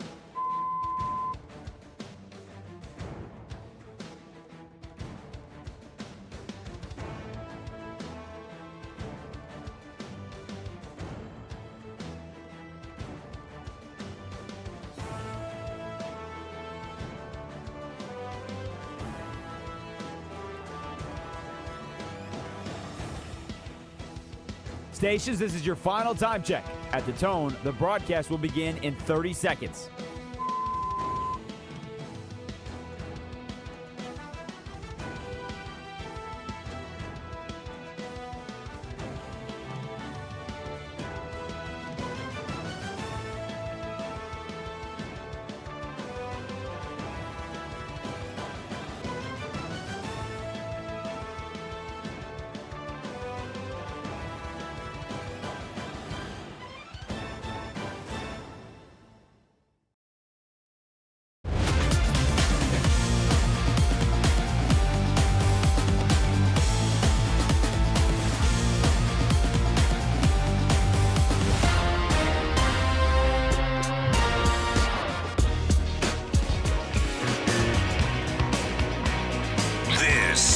Westwood One Sports Night. Here's Josh Graham. Everybody's so nice tonight. Is this weird? Or am I just being guarded here, expecting that there's always going to be some venom on the phone lines and via the text? Wishing me a happy anniversary, that's great. And the Carolina Hurricanes, my Carolina Hurricanes, won the Stanley Cup. So we get to hear from, prior to Free For All Friday, V in Chicago. V, fellow Kane fan. V, how did you celebrate Sunday night? Dude, Sunday night, it will be a night that I will not forget for a long time. Now, I don't want to get too sappy. I don't want to get too sad. I mean, crying on the radio is embarrassing. But, like, I was not around for the 06 Cup run. Like, the only sniff of a championship I've had in my years as a sports fan has probably been, like, the Florida championship a year ago. And even though I'm kind of still bandwagoning them. I don't know why. But anyways, but to see them, like, win, like, for a couple of years, I've seen them fail to get over the hump, fail to, like, win those Eastern Conference Final championships. And to see them win, it honestly broke me. That, like, first I started cheering, then I kneeled to the ground, and then I started crying. You know, happy tears. You know what I mean? Yeah, I do know what you mean. And dude, it was incredible. Conn Smythe's winner, Jordan Stahl, dude, Buffy was lights out. Oh my God, it was the perfect cherry on top to an amazing It was great. season. And I'll share this text with you. Appreciate the call, V. I was with a couple of people, and one of the people I'm with, just a great friend of mine, goes to my church, who is there to be supportive. Not a hockey fan at all. Not a Canes fan, but liked the pageantry of it, very excited, wanted to see if the Canes would win. Good friend of mine. And he had never sat and watched the Stanley Cup final presentation, like the trophy presentation. And I texted Sean McDonough after the full presentation that ESPN did. And I just said, man, that post-game presentation with the cup, the way you guys did it, you did it with justice. It was just fabulous. To the point where a friend of mine, not a hockey fan, was completely moved by it and said he's going to watch the sport now just based on this. What was moving about it is, I don't think in other sports we have the allure for the trophy itself. But you have it with hockey. The allure, the dream you have as a kid playing hockey is to hold up the Stanley Cup. But you really don't know how heavy it is until you hold it up. And even if you're, like, in the room with it, it's no-go. Any youth hockey player knows you don't touch the cup unless you win it. So seeing the faces of those players and the camera right there when they're handed the cup, when they see it approaching them, there really is nothing quite like it in sports. And then the way ESPN, and that's why I texted Sean, the way they handled the players that they interviewed, the questions they asked, from Rod Brindamore to Brandon Bussey to Jordan Stahl, it's just masterful work, and it's very moving. And I don't think any other post-championship presentation is quite like hockey has. Is Anthony in Illinois also wanting to talk about the Canes? What are the odds we have multiple callers in Chicago or Illinois wanting to talk about the Canes? Anthony, go right ahead. Well, unfortunately, Josh, I'm not a Hurricanes fan. I came only to congratulate you about your Stanley Cup championship. You had a phenomenal run, man. Nice. Congratulations. And the second thing I wanted to talk about was the Wolves, because every time I try to call in about the Wolves, V in Chicago beats me to it. And every night I'm like, no, I'm going to sound like a copycat. Yeah. But tonight I came to call in about the overtime win versus the Toronto Marlies. What a comeback. And we're still live in the Calder Cup finals, baby. And I'm a Chicago Blackhawks fan, so I can relate to your pain about not being able to win a cup for a while. Yeah, it has been a little bit for Chicago. And good luck to the Hurricanes AHL affiliates, those Chicago Wolves. It's good to hear from you from Chicago. Appreciate the congratulations there. This is the part where I glaze or tickle Oliver Popular here, because Oliver loves college baseball more than any other sport in the world. Loves baseball in general, but college baseball really gets him going. And North Carolina is in the championship series against Oklahoma. It's set for Saturday. And here's a note to leaders in college sports. Use Omaha as a guide for your other championships. Omaha and the College World Series are a perfect marriage. The city completely embraces the event, regardless of which schools are playing in it. The event has become a central part of the city's identity and culture. Sports is a big part of culture, and when you talk about the culture of Omaha, you talk about the College World Series. Every team, its fans, absolutely love the experience of going to the College World Series. Not just the park, but the Jell-O shots at Rocco's, the steaks at the Drover, the history of the event in Omaha, it's staggering. Every College World Series since 1950 has been held in Omaha. They're contracted to host the event through 2035, and they better extend beyond that.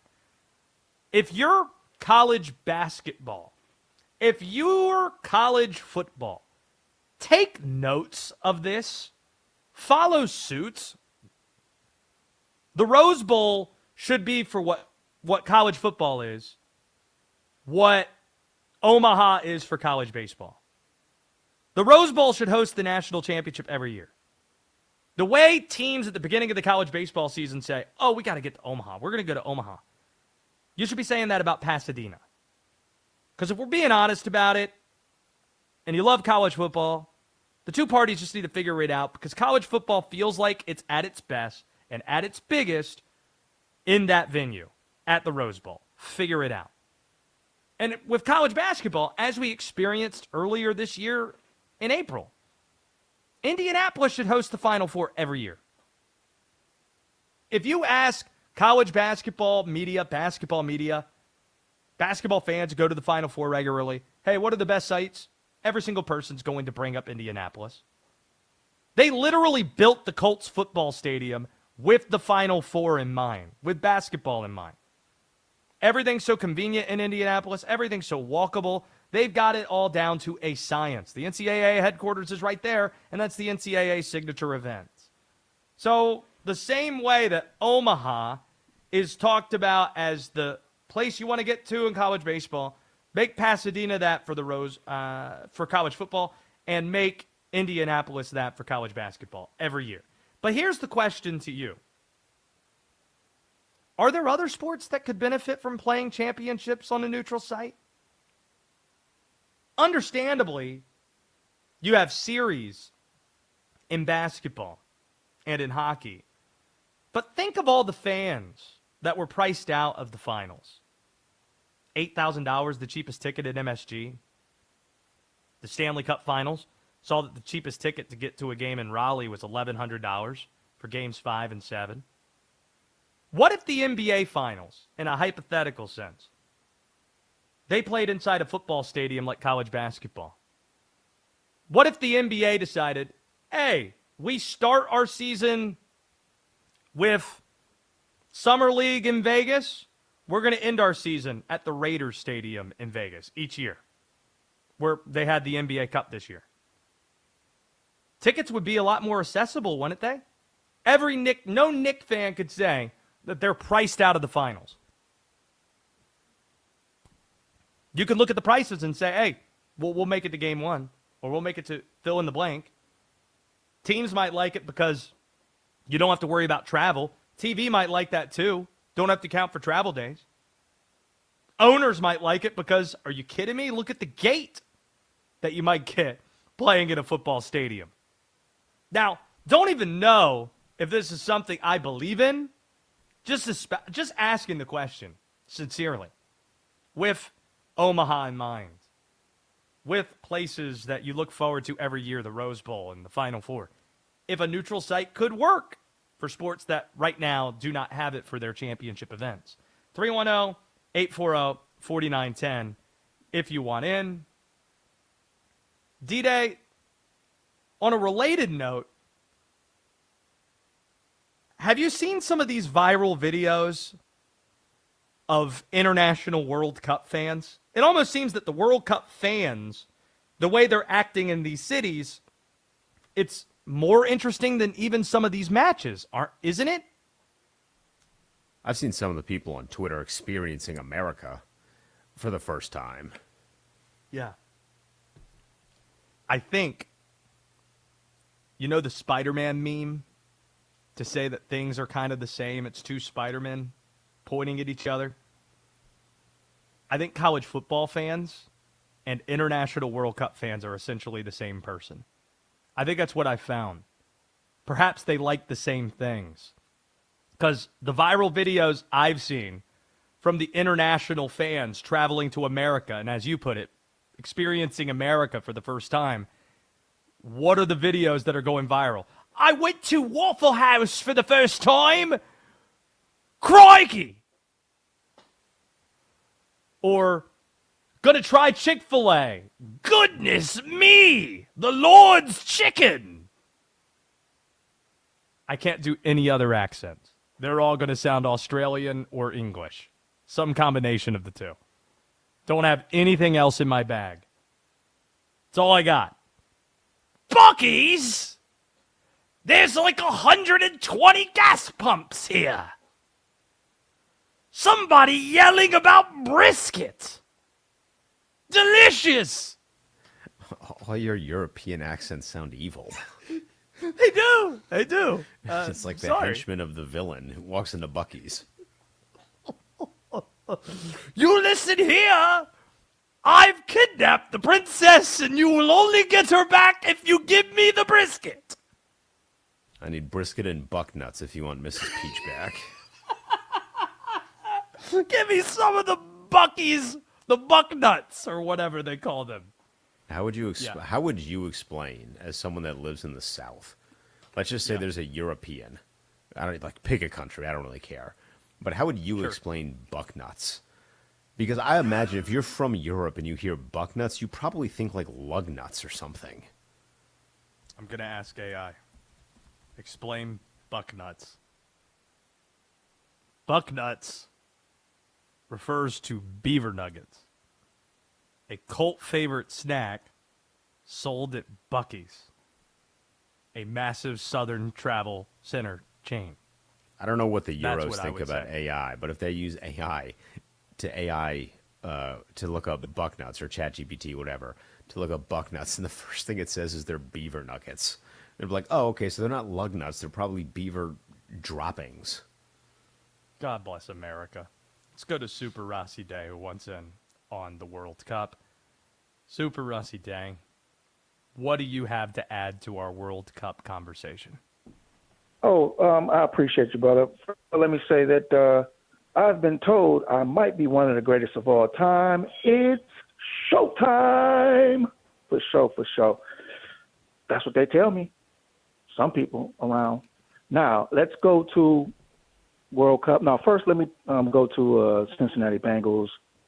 Listen, the only thing that this guy, we all can agree on for him coming up the next season, this quarterback, is that he's Macaulay Culkin's long-lost brother, little brother. Burrow. Yeah. Yeah. And he's going home alone without that trophy this season because he better get in line because my homeboy Lamar got to get that bad boy first. And then Mahomes might do another revenge tour and get. So I think he's still about 3 or 4 years off before he can even get one. Now let me say #Kaepernick tryouts matter. #Kaepernick tryouts matter. Okay. And bye Super Rossi Day. There he goes. Note to the listener: if I ask you, hey, what do you have to add to the World Cup conversation? Or if you tell Oliver or Denton that you want to talk about a certain topic and I ask you about it, and you don't respond to that topic, we're just going to turn off your microphone. Just a word of advice. That's just proper decorum here. What goes around? What makes the show go round?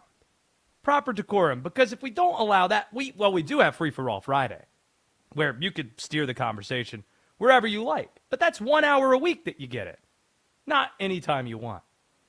So just a note for anybody out there before you start espousing 10-year-old Kaepernick takes. Up next, why this won't be Scottie Scheffler's week at the U.S. Open. And frankly, you shouldn't be all that surprised by this. This is Westwood One Sports Night. The U.S. men's national team looks to go 2-0 in group play when they take on Australia. Can the Americans win 2 games in group play for the first time since the original World Cup nearly a century ago? We'll find out Friday. Westwood One Sports.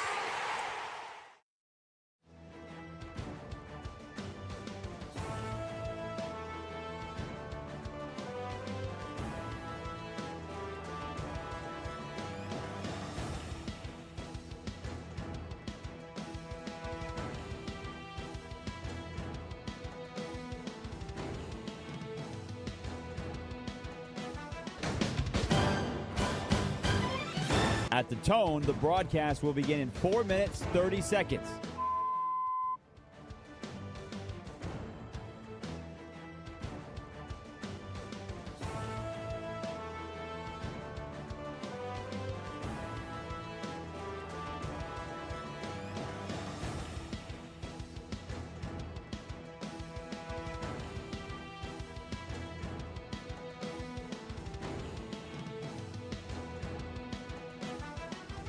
At the tone, the broadcast will begin in 4 minutes.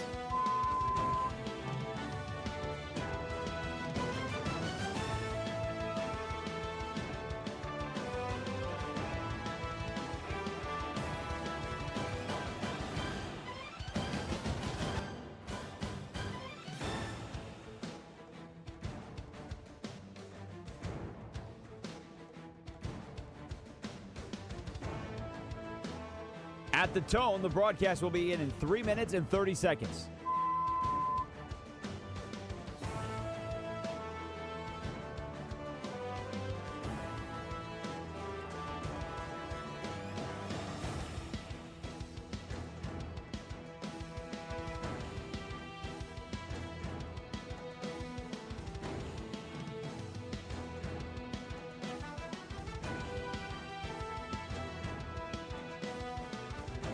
At the tone, the broadcast will begin in 3 minutes.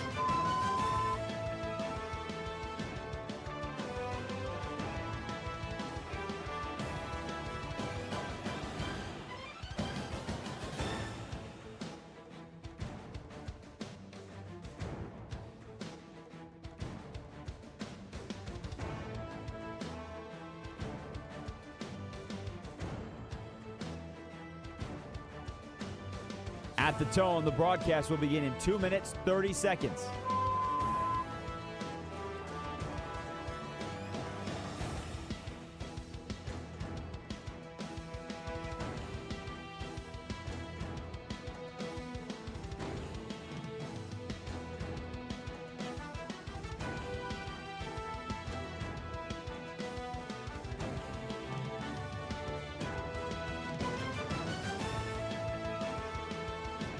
At the tone, the broadcast will begin in 2 minutes.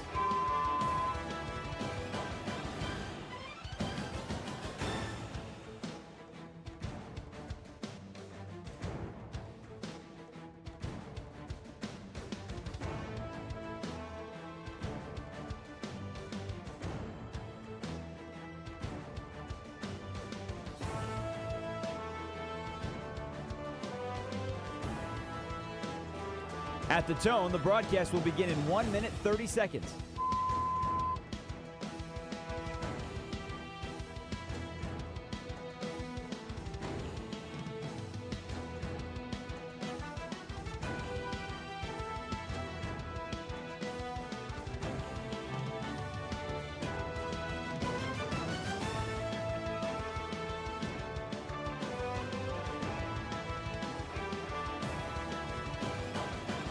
At the tone, the broadcast will begin in 1 minute.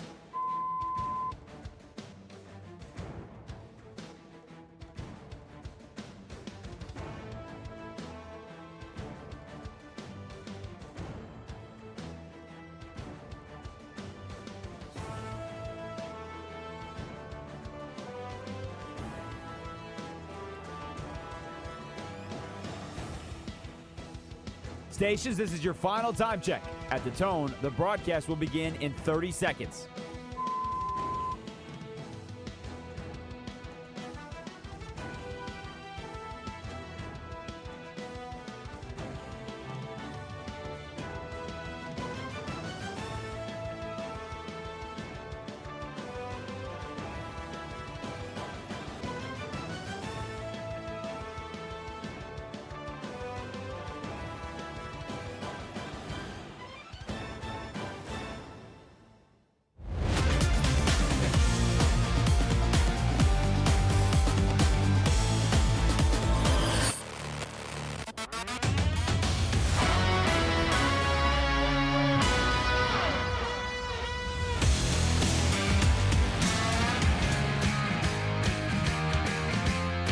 This is Westwood One Sports Night.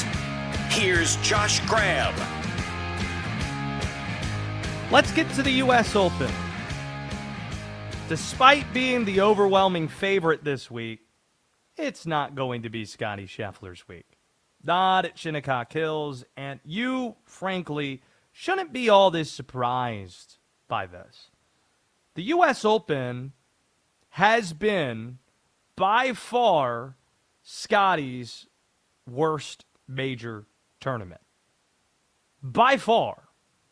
In his 28 prior championship starts, Scottie has finished outside the top 25 just 5 times. First off, that's crazy. That's why he is the number one player in the world right now. 28 championship starts outside the top 25 just 5 times in your career. Crazy. But 4 of those 5 outside the top 25 were in the U.S. Open, and that includes 2 missed cuts. Today was not a good start for Scottie, especially for the exceptional standard that he's held up to. After he parred the difficult 7th hole, he doubled on 8, needed birdie on the par 3 17th just to salvage a 2 over 72 for today.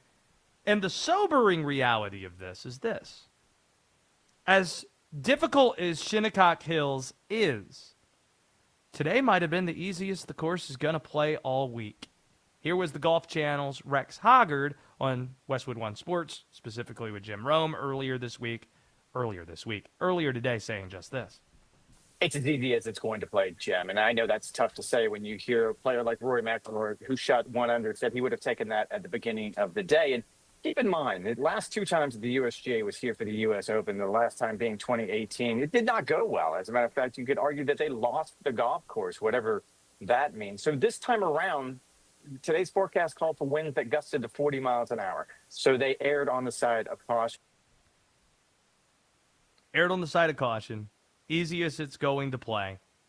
And Scottie Scheffler shot 2 over. While Scottie is on the doorstep of the career Grand Slam, perhaps a lesson can be learned from Rory McIlroy's recent pursuits of that achievement. So Rory won the career slam, becoming the 6th golfer ever to win all 4 major championships in their career. But going into how Rory did it, he won 3 of the first 4 majors by the time he turned 25 years old. He didn't get that elusive green jacket, though, until he was 35. A full decade plus later. In fact, between the years 2015 and 2024, Rory didn't win any major championships. Not just the Masters. He didn't win any of them. Close calls left and right. Choke jobs, including the Pinehurst number 2 collapse 2 years ago. So while Scottie, he can earn the career slam by the time he turns 30 years old next Tuesday, that should not be the expectation. Especially since he hasn't won this year. He hasn't won his last 13 starts. And that's the 3rd longest drought of his career. The reality is, a guy we've grown accustomed to being automatic and not letting anything bother his game or get in the way of him winning tournaments. The most dominant force we've seen since prime Tiger Woods. His game is not in the best place currently.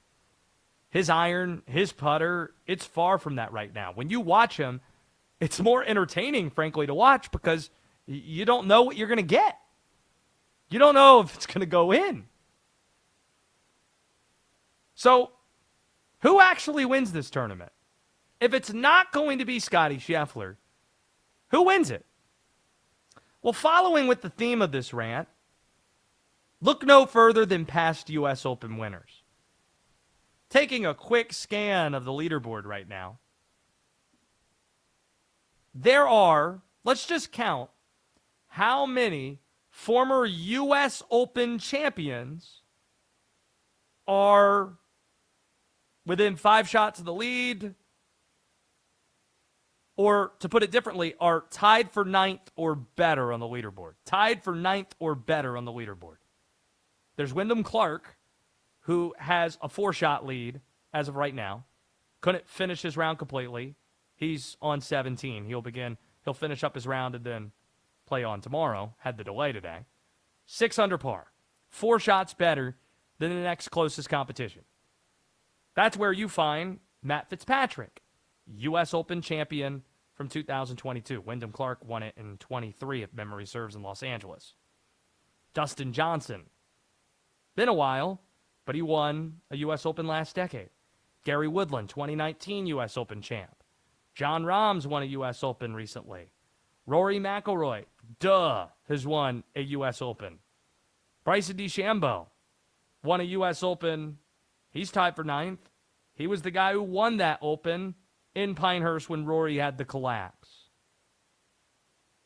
That's a lot of firepower. That's a lot of noteworthy names. One of those names we just mentioned probably going to win the U.S. Open. A lot of golf to be played. It's only a 4-shot lead through one round for Wyndham Clark. Would be surprised if he ran away from the rest of the field. Albeit we have seen situations like that, too, in recent years, in the last dozen years or so.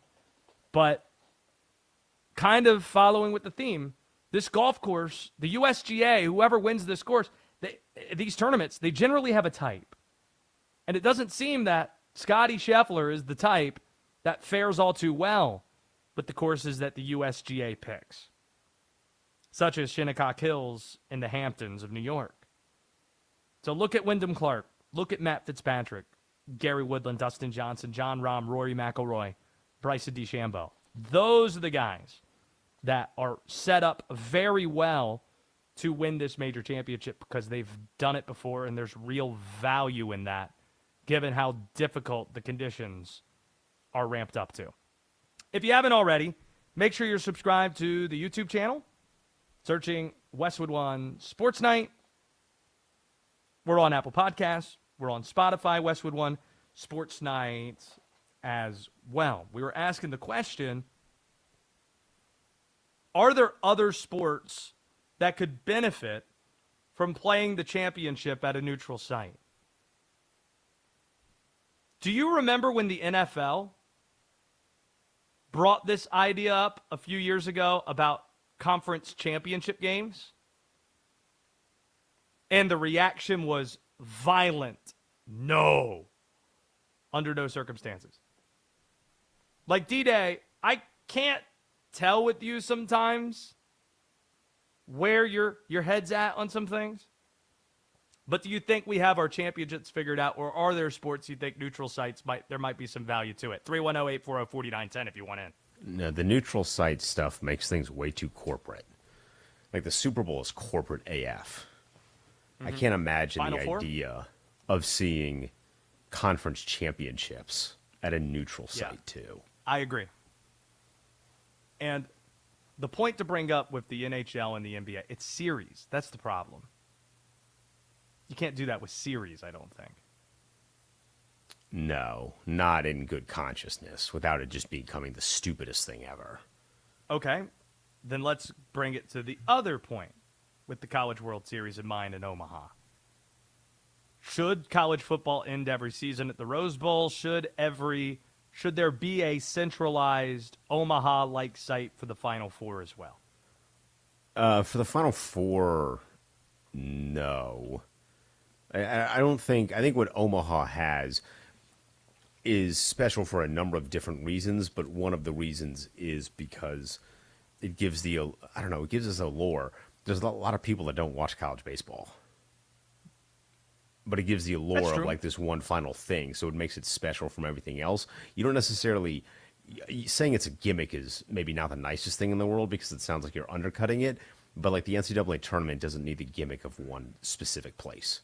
So you're I don't want to put words in your mouth, but are you saying whether by amateur entry-level rules or something else, if college baseball became popular enough, they're currently contracted there through 2035, college baseball, if it gets to a point of popularity, would consider moving it the same way the NFL moved the NFL draft from the Radio City Music Hall in New York?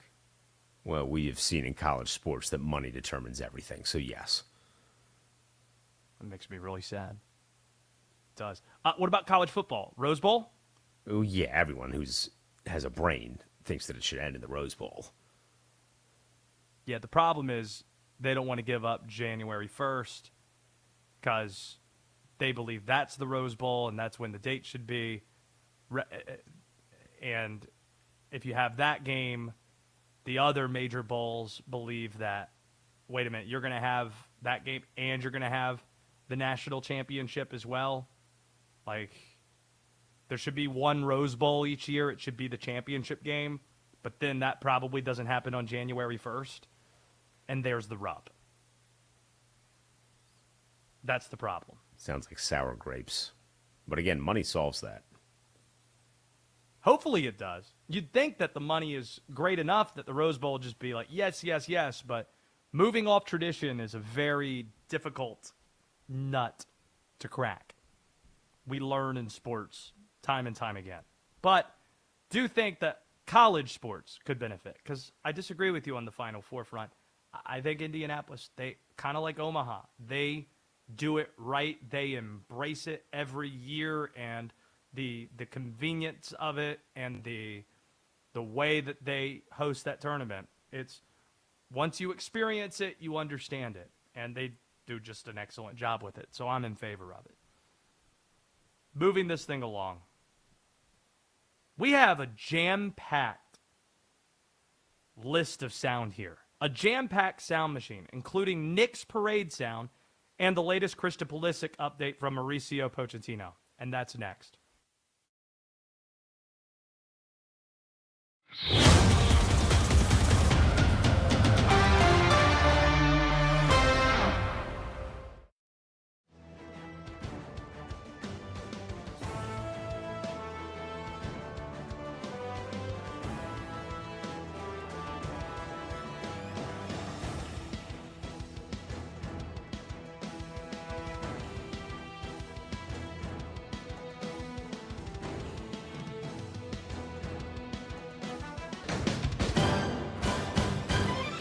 At the tone, the broadcast will begin in 4 minutes, 30 seconds.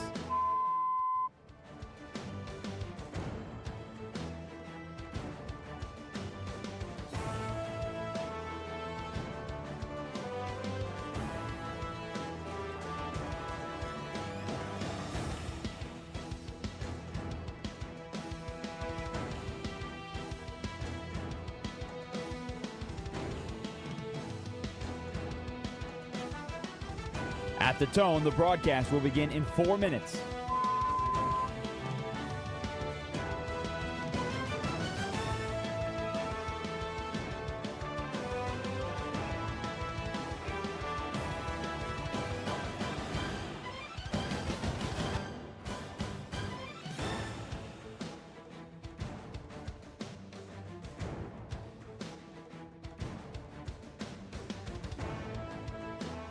At the tone, the broadcast will be in 3 minutes and 30 seconds.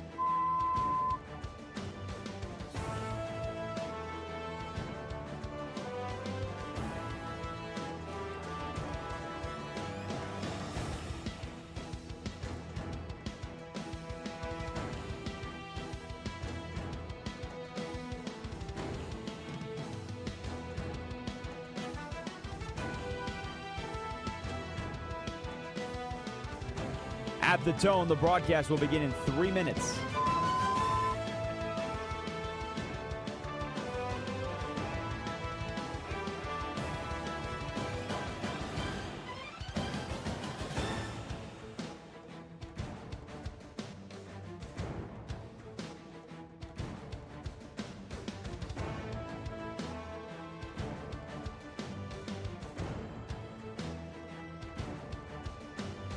At the tone, the broadcast will begin in 2 minutes, 30 seconds.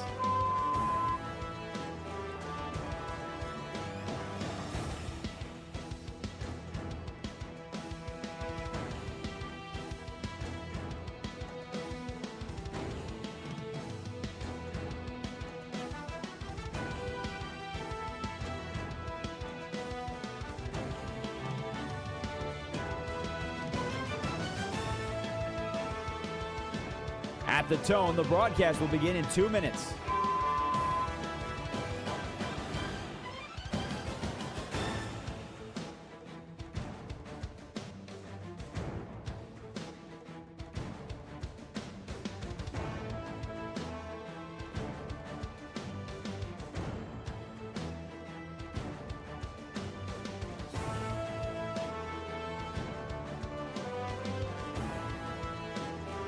At the tone, the broadcast will begin in 1 minute, 30 seconds.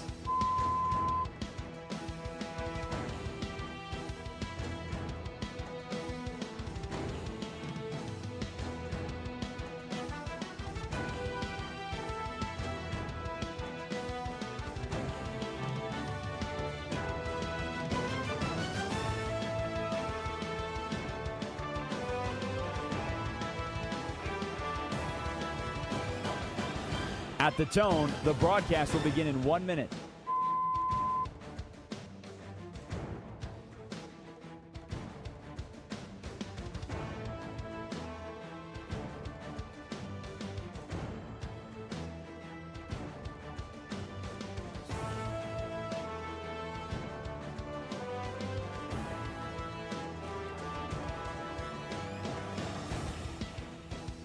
Stations, this is your final time check. At the tone, the broadcast will begin in 30 seconds.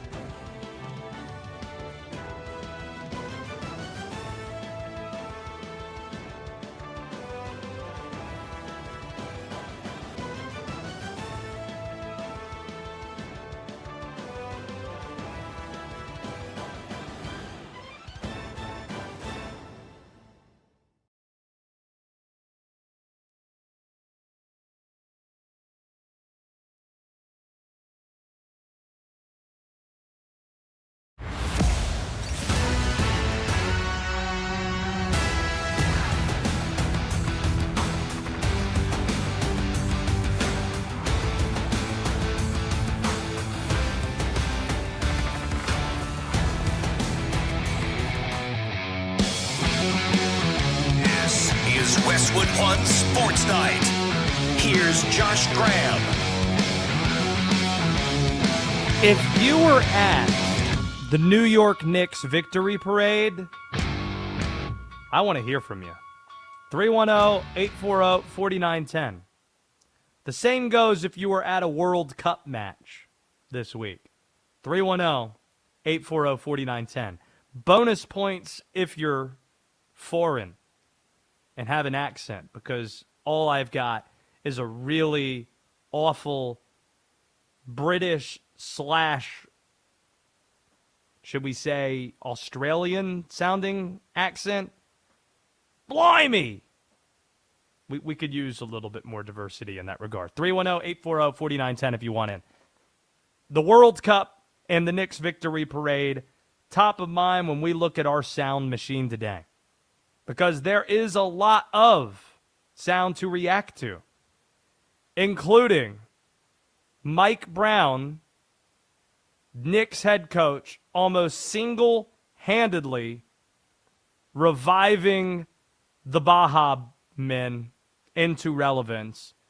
He got off a float, and you had some fans yelling, "Who let the dogs out?" at him, and that inspired Mike Brown once he got up to the podium and did this. Let's go one time. Who let the dogs out? Who let the dogs out? I love you, New York.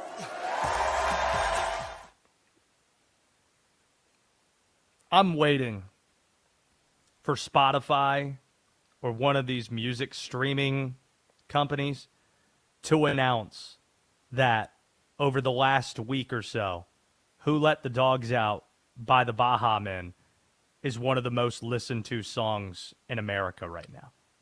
Because that's how crazy Knick fans are at the moment. I'm sure the entire team is taking Mike Brown's obsession with Who Let the Dogs Out very well. Here was Jalen Brunson at the victory parade. I don't know how many times I got to tell Mike to stop doing that. Sorry. That's it. Sounds about right. Who Let the Dogs Out? Baha Men. Do you remember the first time that song was in your national consciousness? Or better yet, D-Day, are you too young to remember a time where you didn't know Who Let the Dogs Out by the Baha Men? I'm like a year younger than you. See, I remember the first time I ever went to a movie, like to the movie theater. First time I remembered it. I may be gone before that, but the first time I remembered it was either 1999 or 2000. Would have to be 2000. And there was the Rugrats movie came out. And I went to go see the Rugrats movie, D-Day. And that song was prominently featured in the movie. I'll never forget it because it's the first movie theater experience I can recall. I even remember what other movies were out. Like the other big movie that was at the theater in Raleigh, North Carolina, circa 2000, was Joe Dirt. Joe Dirt was in theaters at that point too.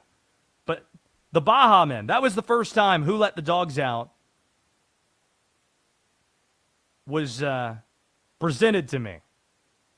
And it never has left my consciousness since. I just wasn't ready for a 56-year-old coach. One more time, New York! Nah, it's been about 17 times. Telling us again, who let the dogs out? Or asking us, if you will, who let the dogs out? That is a great one-hit wonder. That came out in 2000. I'm trying to think. There's another great one-hit wonder that I think came out the same year. Or maybe it's a year off. What's a better one-hit wonder? This song came out in 1999. The Baha Men's Who Let the Dogs Out? Or Mambo No. 5 by Lou Bega? Mambo No. 5. It's Mambo No. 5! Great stuff. I think I'm with you on that. Because that's a jam. Don't think anybody sincerely thinks that Who Let the Dogs Out is a jam. I don't even think Mike Brown believes that. Don't think he does. But that was a highlight of the victory parade. Tyler Kolek getting frisked by police because they didn't know he was a player on the Knicks. A highlight of the parade. Mitchell Robinson, his truck being featured in the parade. Outstanding stuff. Didn't get your official ruling on the wildest New York fan story from the parade. Your nominees: twerking girl on a light pole, getting pulled off of the light pole, then throwing a punch and getting in a fight. Her, a Knick fan ordering a massive amount of Chick-fil-A in a delivery to the point where it's not being carried in a bag. It's being carried in one of those massive insulated coolers. And you see the poor delivery employee from Chick-fil-A trying to deliver to the Lord's Chicken, walking through the throngs of people. Or is it the subdued Knicks fan who tried to pull off the squints Wendy Peppercorn move of receiving mouth-to-mouth treatment and going for the kiss? Well, the mouth-to-mouth thing was the worst. Like, that is definitively the worst. That's like a crime. That's a crime. We don't. A lot of assault cases there, which is hilarious because my other pick has an assault case in it because when you're fighting each other on a light pole to then twerk bare butt because the one person that got slung decided that she wanted to rip the other girl down and did so by her underpants, She got junk in the trunk, though, so it didn't do much. All it did was expose the bare bottom, and then she proceeded to twerk in the face, which I don't think there's worse ways of losing a fight than to literally get bare bottom twerked on in the face. If only the crew from SVU was there to potentially help the lady in the Wendy Peppercorn squint situation. Because my understanding, in the criminal justice system, sexual-based offenses are considered especially heinous. And in New York City, the dedicated detectives who investigate these vicious felonies are members of an elite squad known as the Special Victims Unit. And that was one of their stories, or should have been. Mariska, where were you? Just need to know.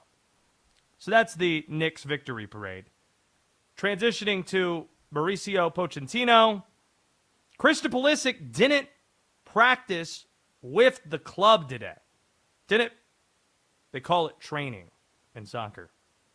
He was not with the rest of the team. He was working out to the side, doing some individual work. The United States is in Seattle. They are facing Australia, 3 o'clock Eastern time Friday. And here was the latest update from Mauricio Pochettino. We'll see. I think at the moment we see it's not available for tomorrow. Will be available for the next game. But I think he's doing a massive effort, trying to be ready. When this type of thing happen, always is painful. But I think Christian is strong and with great mentality, and is doing a fantastic effort to try to be ready as soon as possible. Tomorrow, we're going to be joined by JP Telecamera, the longtime U.S. soccer announcer, to break down what we see. And the Christian Pulisic injury, it is a bit of a buzzkill.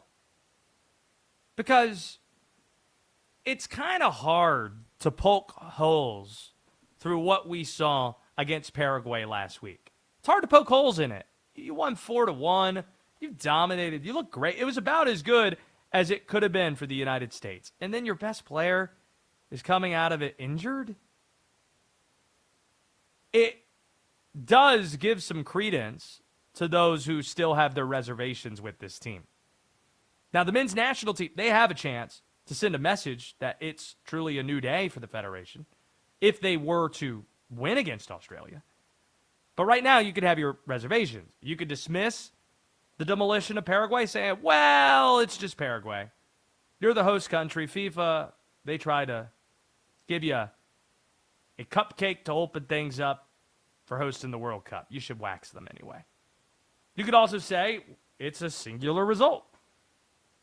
You have a much larger sample size of mediocrity with U.S. soccer in the past. And it's a lot more convenient to lean on that sample versus one, albeit outstanding, one performance.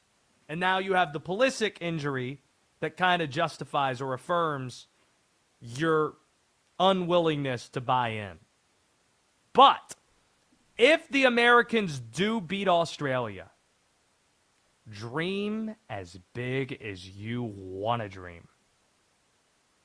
Thinking about the great song that came out a couple decades ago, Dream Big by Ryan Shoup. And when you dream big, because your dreams might come true. You know the last time the United States won 2 group stage matches? The answer is never. Never. If they beat Australia, they also clinched their group because Australia upset Turkey last week. If you start 2-0 and you win your group and you're playing in your home country, why wouldn't you believe at that point? Especially if you do it without Christian Pulisic out there. Just look at what other takeaway should you have from the 2026 calendar year of sports so far that's not even a full 6 months old than It's the year of impossibility. Nothing is impossible. Or to put it differently, anything is possible! Indiana won a football title. Sam Darnold won a Super Bowl in a rout. The Big Ten hasn't won a men's basketball or women's basketball title since the year 2000. Won on back-to-back days. UCLA cutting down nets, then Michigan at Indianapolis. And the New York freaking Knicks are NBA champions. First time in 53 years. Given how crazy all of those things are, heck, didn't even mention U.S. hockey. U.S. hockey winning a gold medal against Canada hasn't happened since the Miracle on Ice. How can you look at all those results and say it's impossible for the U.S. to win the World Cup? It's going to be hard to do that. It's going to be hard to be a skeptic if the United States wins Friday night against Australia. And how the U.S. plays will be just as important as what the final score is. Unlike past American teams, they no longer sit back. They're not counterattacking. They're not playing a style that masks talent disparity with top soccer nations. No, they're aggressive on the opposing end. They're chipping in with their defenders, whether it's Richards or Robinson, what they do with their outside backs. Are they going to continue to play this way with the competition getting better? If Pulisic's not out there, are they going to do that? Are they going to play that way against the Australians? This is a central part of the storyline going into USA-Australia with their group, with the group hanging in the balance. Within one sports ecosystem in American sports, there is one community that could receive a massive win because of a headline today, while another community takes a significant L. And we'll get into it next on Westwood One Sports Night. International soccer taking over the U.S., and only DraftKings has you fully covered. The DraftKings Sports app now available in all 50 states. Sweat all the matches you love all in one place with one app. New DraftKings customers sign up with code Westwood. Spend $5 to get $200 in rewards within 21 days. That's code Westwood in partnership with DraftKings. The crown is yours. Bet with DK Sportsbook. Gambling problem? Call 1-800-GAMBLER. 1-800-MY-RESET. New York, call 877-8-HOPE-NY. Text HOPE-NY. Connecticut, call 888-789-7777. Visit ccpg.org. On behalf of Boot Hill Casino in Kansas, bet tax pass-through may apply in Illinois. 21 plus. Void in Ontario. Event contact trading with DraftKings predictions involves risk of loss. Sportsbook bonus bets expire in 7 days. $50 in prediction dollars issued weekly for 3 weeks. Expire in 1 year. Redeem one non-withdrawal reward. Availability varies. Predictions offer void in New York. Ends June 28th. Terms at dkng.co/audio. The U.S. men's national team looks to go 2-0 in group play when they take on Australia. Can the Americans win 2 games in group play for the first time since the original World Cup nearly a century ago? We'll find out tomorrow. Westwood One Sports.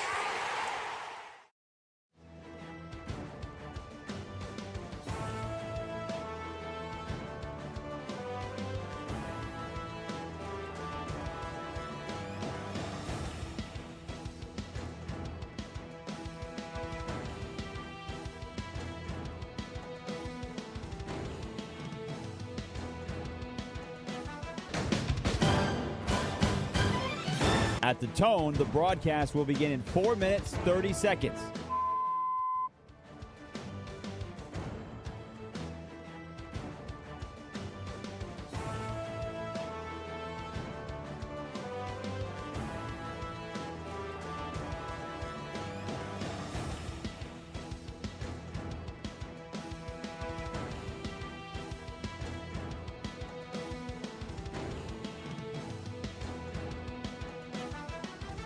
At the tone, the broadcast will begin in 4 minutes.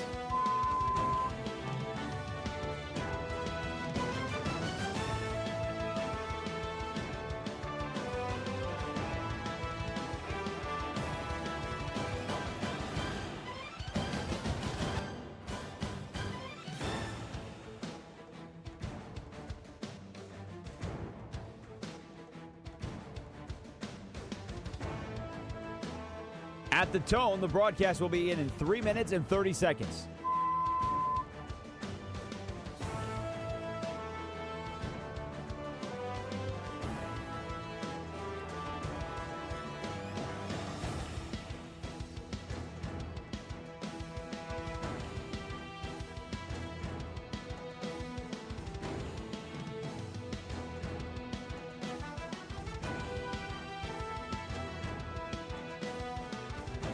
At the tone, the broadcast will begin in 3 minutes.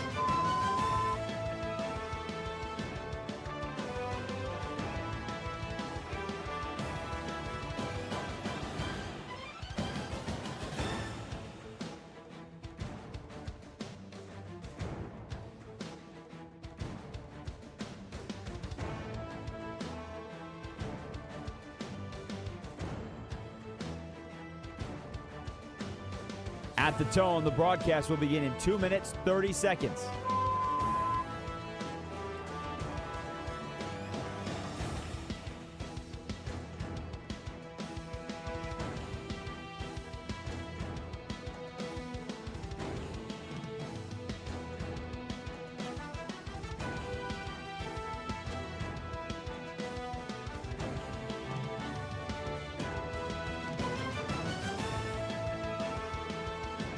At the tone, the broadcast will begin in 2 minutes.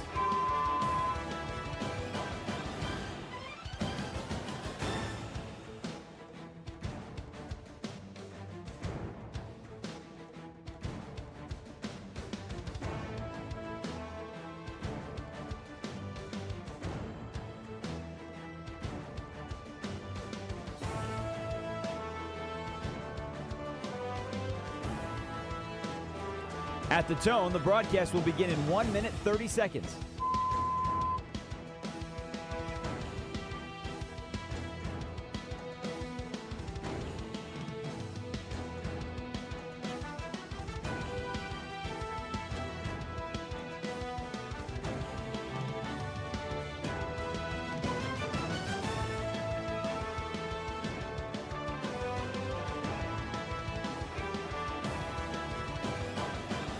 At the tone, the broadcast will begin in 1 minute.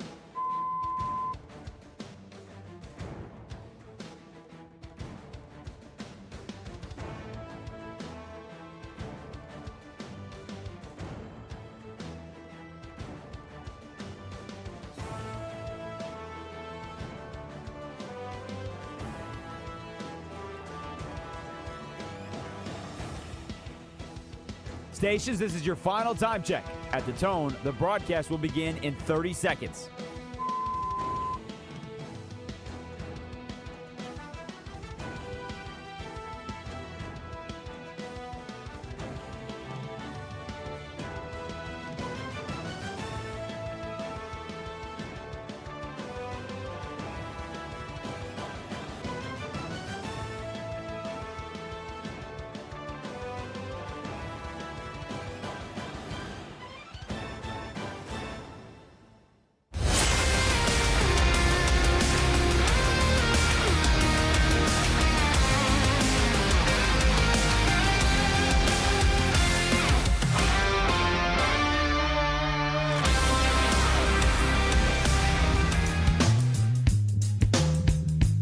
This is Westwood One Sports Night.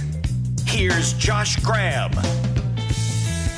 A question for baseball fans. What is better for the sport you love? That the minor leagues are the primary developmental arm for the sport? Or if that now becomes college baseball? Because that's been the debate today in the sport with the proposal that Major League Baseball made to the PA, talking about dramatically, once again, changing the amateur entry rules within the sport. Where do you stand on it? Minor leagues or college baseball? What's better for the majors that they are the primary developmental arm? 310-840-4910. Because it's a strange space to occupy in life to see Now multiple proposals in a labor dispute being proposed by billionaire owners against the players and siding with the owners. But the owners had a better proposal when it came to the initial propositions with the salary cap or the CBA a few weeks ago. They were a little bit more reasonable, seemed less rigid with what was presented than the players did. Players seemed a little bit more rigid, less relatable. And in this instance, got to side with Major League Baseball again.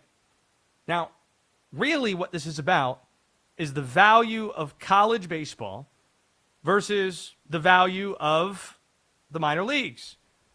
And if this were to pass, not saying it will, but if it were to pass, today's news, a massive win for college baseball, a massive loss for the minor leagues. Just like we see in football and in basketball, this would make college the primary developmental arm for the majors. The NFL and NBA, they don't have robust minor league options as alternatives to college football and college basketball, respectively. Players in this proposal no longer would be eligible to come out straight out of high school into the majors or into professional baseball, be drafted into organizations. They will have to be, kind of like we see with the NFL, a 3-year rule. It would be 2 years removed from high school, which is 1 year less than what it currently is for those who choose to sign up and play college baseball. But this is huge for college if it were to happen. Like, think of how crazy it would be watching Jackson Holliday or Ethan Holliday go to college baseball right out of the rip. Have to stay there for a couple of years. It'd be a big deal. Now, there's no question that this will hurt the minors. We've already seen a ton of retraction to the minor leagues in recent years. A big reason for that was the fewer rounds that we've seen to the draft. It went from 50 rounds to 40 rounds in 2012, then down to 20 rounds in 2021. What's being proposed here would have the draft trimmed down again from 20 to 12. Fewer picks means fewer players. Fewer players means fewer minor league teams. And there's no question, to be honest, that this is a cost-saving measure for major league owners, especially ahead of what could be an ugly labor fight this winter. But with fewer minor league teams, that also presents a smaller runway, smaller separation from the stars that we see in college getting to the big leagues. And it's a good thing to have stars in college baseball, like a Paul Skeens or a Chase Burns, have quick paths to the majors. The bigger overarching question is this good for baseball at large if it were to pass? There are the negatives from a developmental standpoint, but personally, it appears to be a net positive for the sport if you have a stronger college baseball, even by handicapping the minor leagues all the more. With respect to minor league baseball, every minor league game is a glorified exhibition. There aren't any real stakes ever attached to a minor league game. I say that as somebody who loves minor league baseball. Loves the Winston-Salem Dash in my hometown of Winston-Salem, North Carolina, or where I live. Grew up going to Carolina Mudcats games in Zebulon, North Carolina. But there's never a scenario that there would be national appeal to watch a minor league baseball game. We're talking about it on a microphone such as this one, 300 markets across the country. College baseball, meanwhile, it's going to be a show this weekend with the College World Series, and regionals are that way. College baseball games do matter. They have a following because of how passionate college fan bases are. There is great potential with that sport to turn these prospects into household names, into stars, before they ever step foot on a major league diamond or in a professional organization, just like we see with football or basketball. See, this was the problem when Adam Silver tried to create the G League path. Oh, we're going to develop our own stars. Okay. No one's ever going to watch the Rio Grande Vipers or whatever, or the the 95ers, I think it was the Toronto team. And I can go on and on and on. The Maine Celtics, I think it's another one. No one's watching that, regardless of how good the prospects are.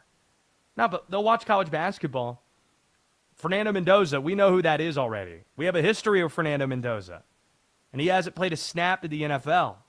And you can have that in college baseball as well if you have more stars going into that sport. And there's less runway between that sport and getting onto a Major League diamond. And I think that's what you get if you get this.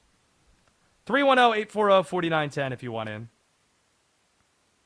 Talking about a ton of things. The Knicks had their victory parade. You got the United States getting set for Australia tomorrow. We're excited about it. Let's go to Steven. He's in L.A. Steven, how excited are you to watch the Americans on Friday night? Oh, very, very excited. They did great on their first game, 41. But I have a bone to pick with you, sir, because you just made a take that really irritated me. You just say, just because Indiana won the college football and Michigan, the Big Ten, UCLA won the college basketball, and the Knicks after 53 years won the NBA, that it's possible that the U.S. are going to win the World Cup just because of those things can happen. Correct. Can you give me, and I would like you to reply to my question and not to talk about nothing else, but just to reply to my question that I'm giving you right now.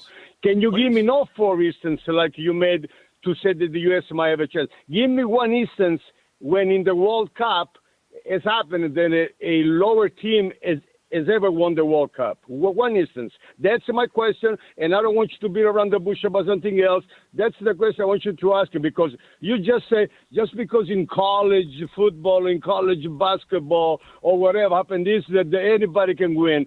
Sure, anybody can win, but can you give me one instance in the World Cup? That's the question. When a lower team has ever won the World Cup, because the point that you made was just because those things happen in college football and in college basketball, the U.S. might have a chance to win. In the World Cup, tell me one instance when the lower team has ever won the Cup. I don't think I can. Okay, then your take is off because you. But hold on a second. Are you saying because something? Let me say this though. That happened, and now this can happen. Of course, I can find $100,000 if I walk out of the street right now. But the chances are it ain't going to happen, right? And the point that you made is totally off, Indiana has never won. My point with Indiana, they never won anything in football. They were seen to be the biggest joke in the Big Ten, one of the best conferences in college football. Like, they were the biggest joke in college football. No one cared about Indiana, and they won a national championship in college football. That is do you unthinkable. realize that you're equating teams in college sports in the U.S.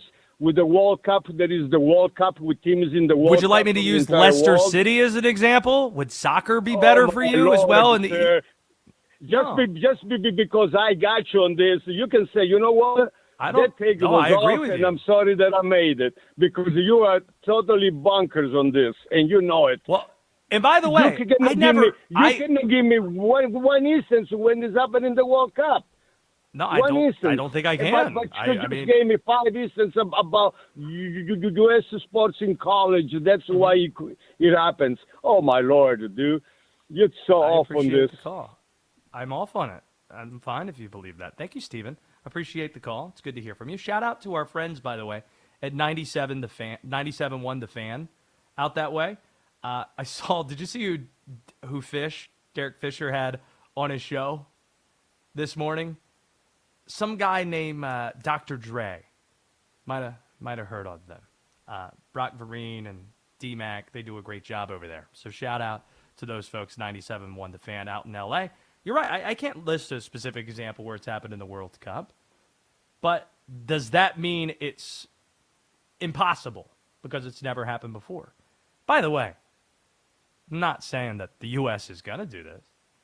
Just saying that if it were to happen, the comparisons that we've heard and why I cite Indiana, we've heard that that's the greatest story in college football, college sports, that's happened in 50-plus years. Like, D-Day, you do think there's an analog here, right?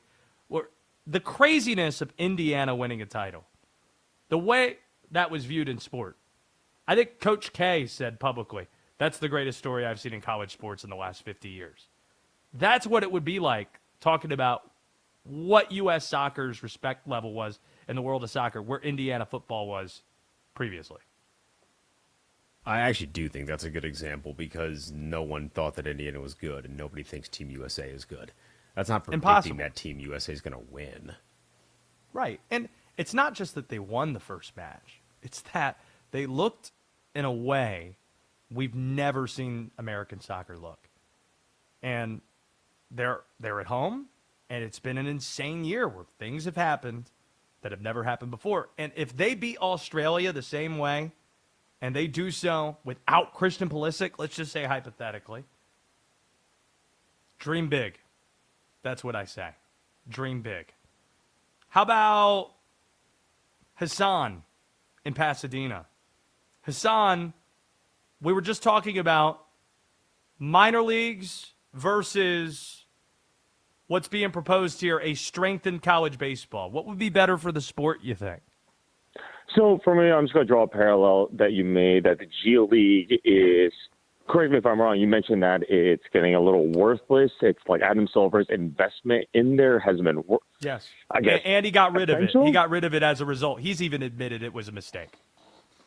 Yeah, but, if you take away from there, right, I just feel like, the minors and the G League is, it's the place where, you have mature players, and that's where they could develop their skills that, you don't have the resources that you do of a college, especially if like if you're at Kentucky, you're going to get the best colleges, right? But let's say you're at, Oklahoma State. Maybe you don't get the better resource. Maybe you get more resources at the defenders than you do at, Oklahoma State is what I'm saying. I think it fosters more maturity and more accountability as a player, and it gives you the exposure of what it takes to be a professional player. Just wanted to put that out there and get your thoughts on that. Well, hold 1 second. Well, what do you think? I'm talking about. I don't disagree that you can develop better in the minor leagues than you do with college baseball. What I am saying is that in the majors, I think it's more beneficial to have a stronger college baseball for overall popularity and marketability of your stars, and also in terms of resources. And you're still riding the bus a lot of places when you're playing in minor league baseball. These college programs, they're flying private, and they have equal to better facilities than you get in some of these minor league buildings, probably better in them as well. So does that mean the coaching is the same when you're playing 4 times a week in college versus playing 6 days a week in the minors? Maybe not. But I think it's a push and pull, and I say that the net positive is in having a stronger college baseball than having a stronger minor leagues, if those are the options. No, I see where you're coming from, right? Again, college, especially when you look at like March Madness, right? That's where you get your popularity, your name from, right? I just think, stripping away the minor leagues, right, without giving it more investment, more resources as well, I feel like we're demolishing a bridge before we ever give it a chance to fully develop. I feel like if the MLB gave it more focus, probably you could probably turn more players into bigger names, and maybe, who knows, the reason I'm a big fan for the G League and minor leagues, right? It's been growing in popularity because fans are given a shot to watch amateurs play on a big scale, but at a cheaper price. That's why I'm driving at the end of the day. I got you. Who is the minor league team in Pasadena? I don't think we have a minor league in Pasadena. Or Pasadena. the closest one. I wouldn't know that. Because I have, from a sitting radius where I'm at, I've got about 5 of them. Got about 5 of them within an hour and a half of where I'm sitting right now in North Carolina. Like I got Winston-Salem Dash, Greens. Let's see how many I can rattle off. Winston-Salem. Appreciate the call, by the way. It's good to hear from you. Hope you'll give us a shout back, Hassan. Winston-Salem Dash, Greensboro Grasshoppers, Asheville Tourists, Kannapolis Cannonballers, Charlotte Knights, Durham Bulls. I don't think the Carolina Mudcats are a thing anymore, so I don't think you have that. That's 6 right off the bat. That's pretty good. We'll limit it at that. One more. Let's go to Cheryl, who's in Syracuse. 310-840-4910. Cheryl, good to have you back. What do you think about the minors versus having a more robust developmental college baseball? Before I ask you that, I just want to say congratulations on your anniversary to you and your wife and to your Carolinas. Oh, I remember last week, Cheryl, you told me to tell George McPhee you said hello, of the Las Vegas Golden Knights, who runs the Oh, my team. Is that God. right? Was that you? That is me, and how in the world did you remember that?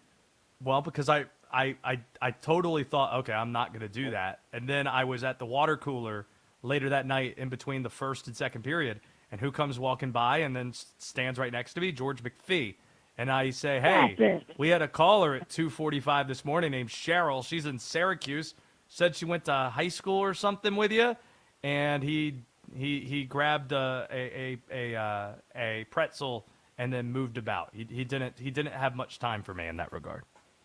Well, it wasn't high school. It was at when we were the first AHL team in '93 for the Vancouver Canucks when he was vice president there. Oh, that's cool. Okay, what do you have on baseball, by the way? Sorry, I'm getting sidetracked. Well, so am I. I love the hockey. Thanks for doing that. But I was in high school, so it probably didn't ring a bell. But anyways, I love baseball. That's my favorite sport. I mean, I love all sports, but I think that high school, it should go from high school to college, to minor leagues, to Major League Baseball. First of all, not only for player development, but for safety for injuries too. They get injured. And I don't know if, can you tell me, do you think Major League Baseball is doing this for cost cutting? Yes, move? absolutely. Absolutely. Less players, less teams. They're definitely trying to save money, for sure. But we have the Syracuse Mets AAA team here in Syracuse. And we love that. And I, and they have like a shuttle bus from here to, New York City between the players coming back. I don't think, Cheryl, I'm up against it. It's good to hear from you. I don't think you have to worry about a team as big as Syracuse having issues, a market as big as Syracuse's having problems with retraction. I think you'll see some retraction, but it's probably at some of the lesser levels that you might see that. So don't be worried on that regard if something like this were to pass. Today, we got some bets to place. Bob Ryan's going to join us in a little bit. Legendary Boston sports writer. Let's place some bets. Graham's gambling, golf, maybe some baseball. Next. We're a month away from NFL training camps opening. The return of Patrick Mahomes, QB battles in Cleveland, Minnesota and Atlanta. Myles Garrett joining Matthew Stafford in LA. Get ready for football season with Westwood One Sports.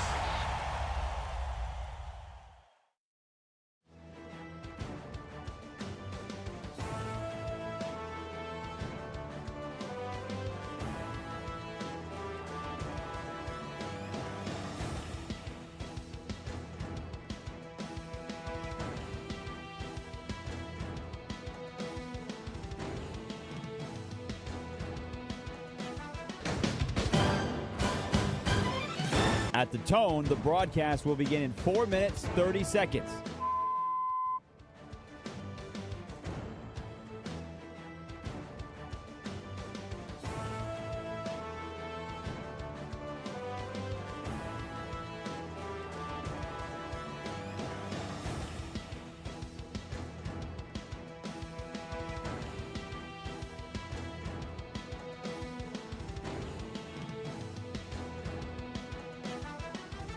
At the tone, the broadcast will begin in 4 minutes.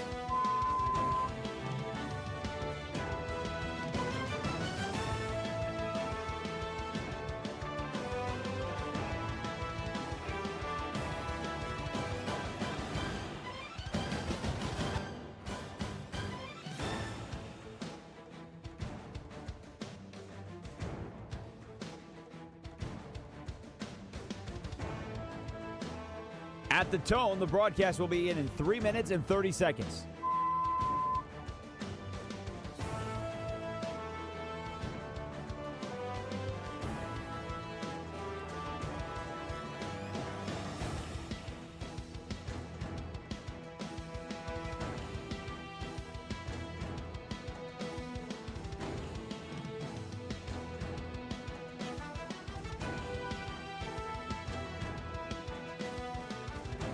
At the tone, the broadcast will begin in 3 minutes.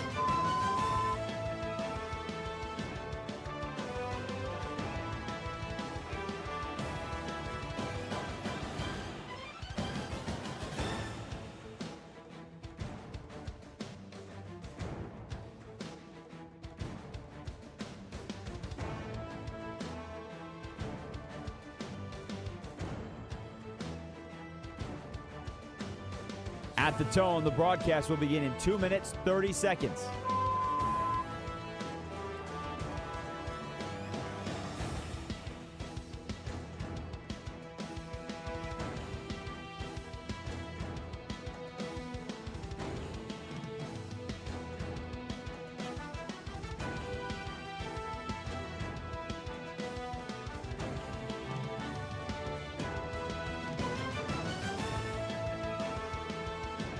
At the tone, the broadcast will begin in 2 minutes.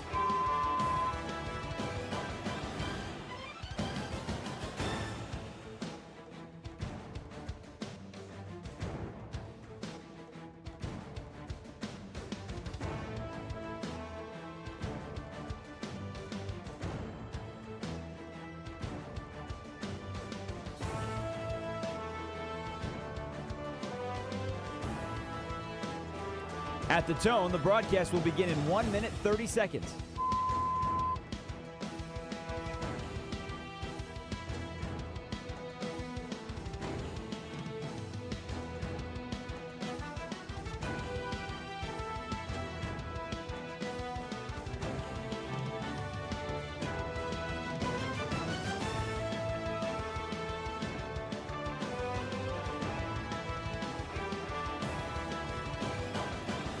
At the tone, the broadcast will begin in 1 minute.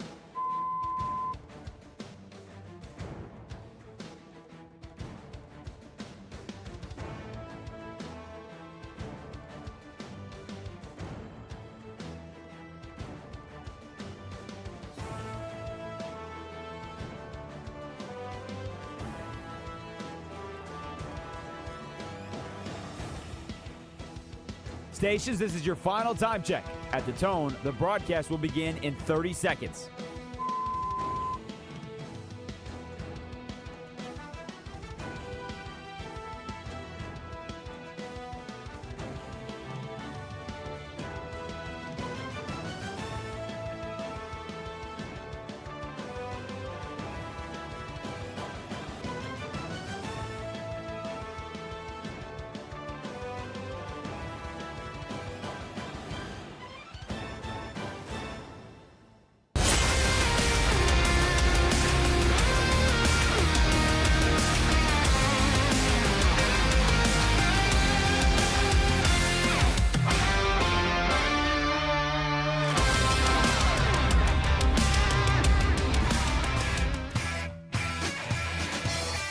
This is Westwood One Sports Night. Here's Josh Graham. We have bets to hand out. Believe it or not, staying away from USA Australia.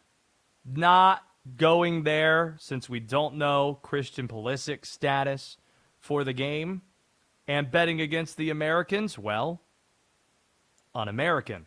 Not going to do that. By the way, had to go back and look at some of the chances, some of the odds. Shout out to those who have tweeted us, who have called Oliver and saying, to the suggestion there's never been an underdog that's won the World Cup, France was the 18th ranked team in the world when they won the World Cup in 1998.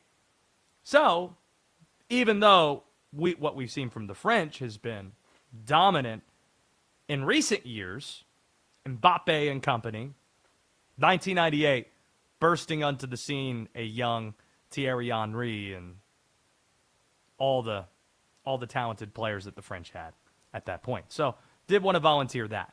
Now let's get set to tell you what we actually are betting on right now in Graham's Gambling. Sitting back, count money all day, you know. It's time for Graham's Gambling. Let's make some money. Let's see actually how some of our bets are doing so far. We placed 3 on the U.S. Open. Round 1 finished at Shinnecock Hills, or close to it, with a few players still left on the course need to finish their round. One of those players is Corey Connors. We had a top 20 finish bet for him. He's at 1 under, currently tied for 9th. So that's off to a decent start. The one bet we had to win the tournament, Xander Schauffele. And while Xander got off to a fabulous start, 2 under through the first 3 holes, he's through 15 and currently 2 over for the day. So things Shinnecock Hills quickly got to Xander Schauffele. And then a top 10 finish, it doesn't look promising for Ty Hatton, who shot a 4 over 74 on his first round. Not feeling great about that. Or actually, did he rally a little bit to get back to 2 over par? Got to make sure reading the count here right. Nope, he was at 4 over. 74 for Ty Hatton. We had a top 10 finish on him. So those are the bets that we placed for the U.S. Open. In baseball, here's what we're doing, Oliver Popular. We are betting against Jacob Mizorowski. Does that sound like fun to you? A bet you're going to hate, but I love. Guy's young. Walt Weiss. Where'd he go to school? Carolina.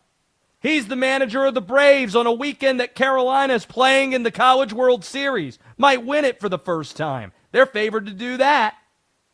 So I say, given how great this Atlanta Braves team's been this year, at home, plus a 1.5 run line this deal, at minus 118, courtesy of our friends at DraftKings, we're going to side with Marty Perez and the Atlanta Braves, plus a 1.5.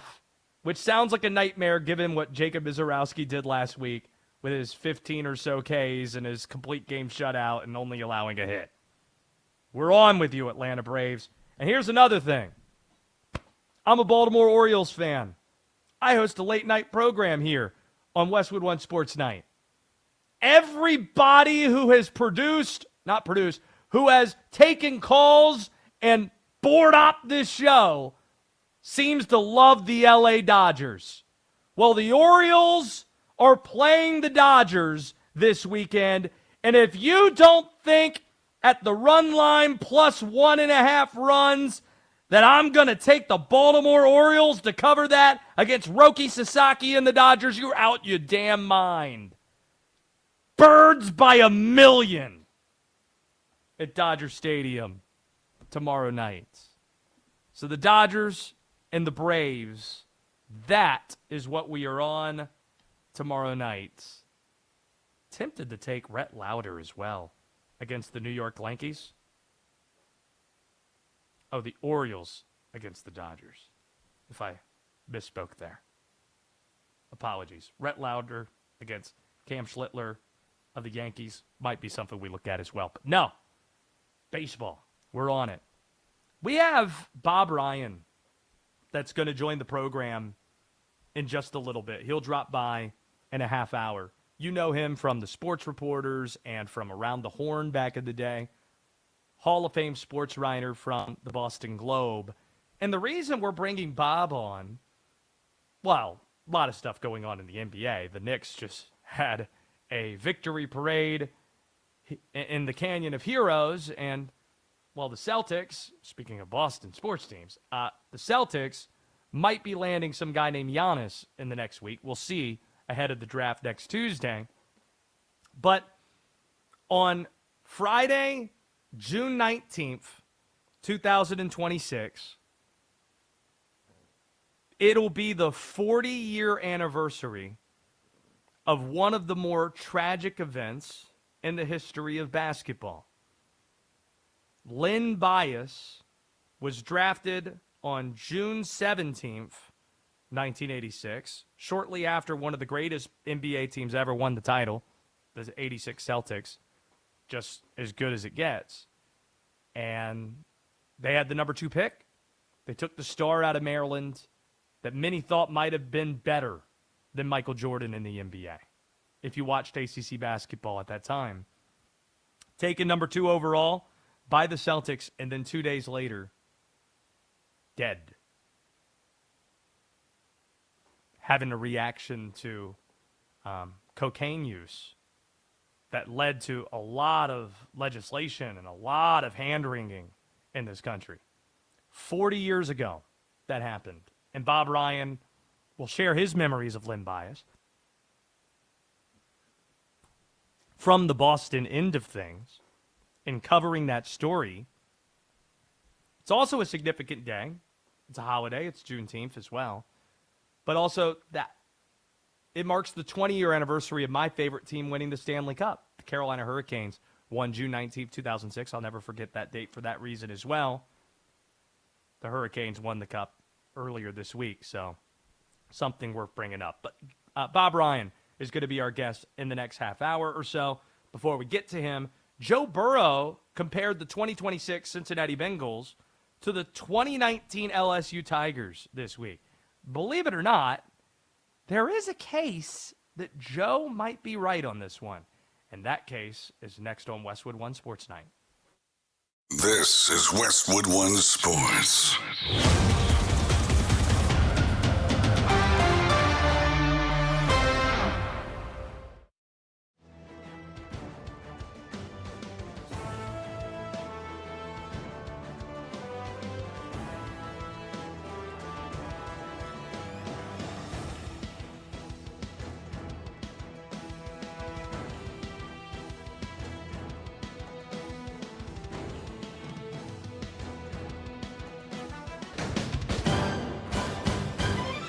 At the tone, the broadcast will begin in 4 minutes, 30 seconds.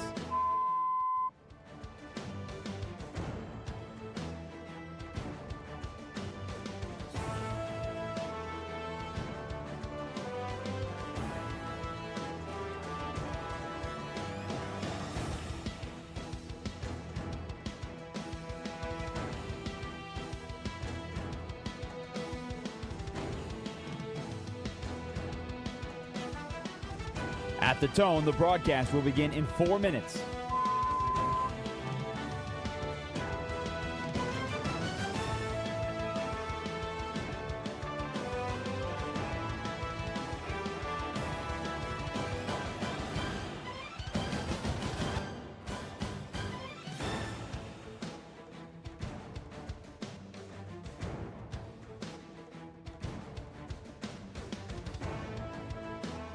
At the tone, the broadcast will begin in 3 minutes and 30 seconds.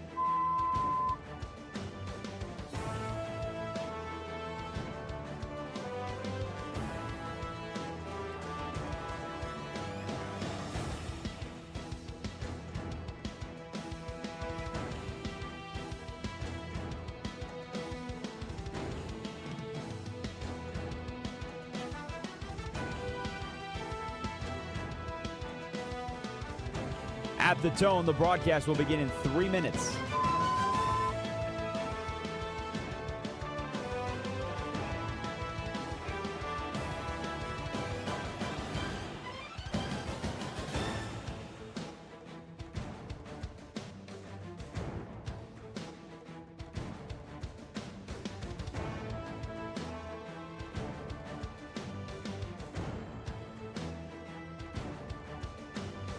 At the tone, the broadcast will begin in 2 minutes, 30 seconds.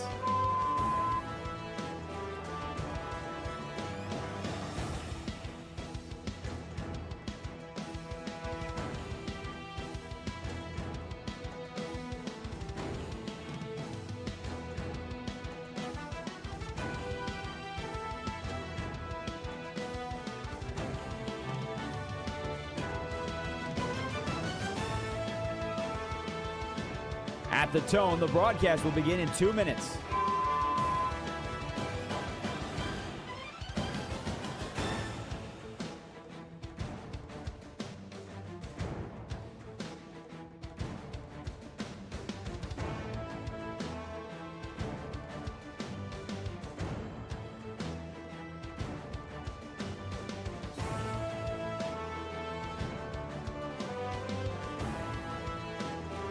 At the tone, the broadcast will begin in 1 minute, 30 seconds.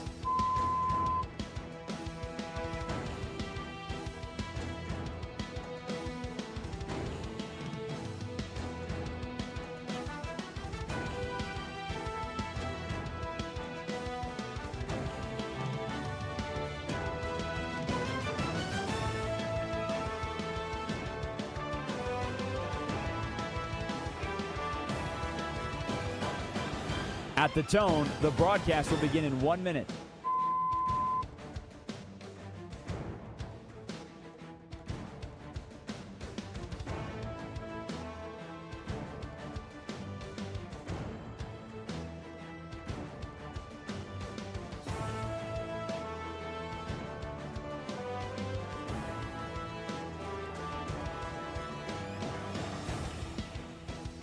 Stations, this is your final time check. At the tone, the broadcast will begin in 30 seconds.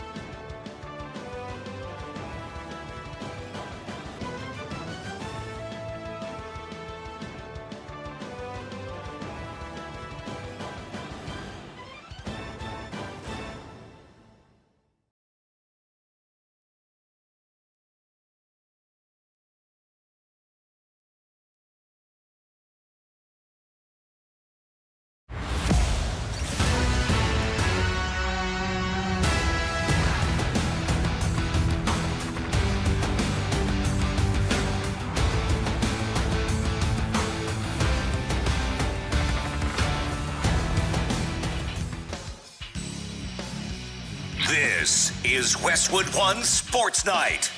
Here's Josh Graham.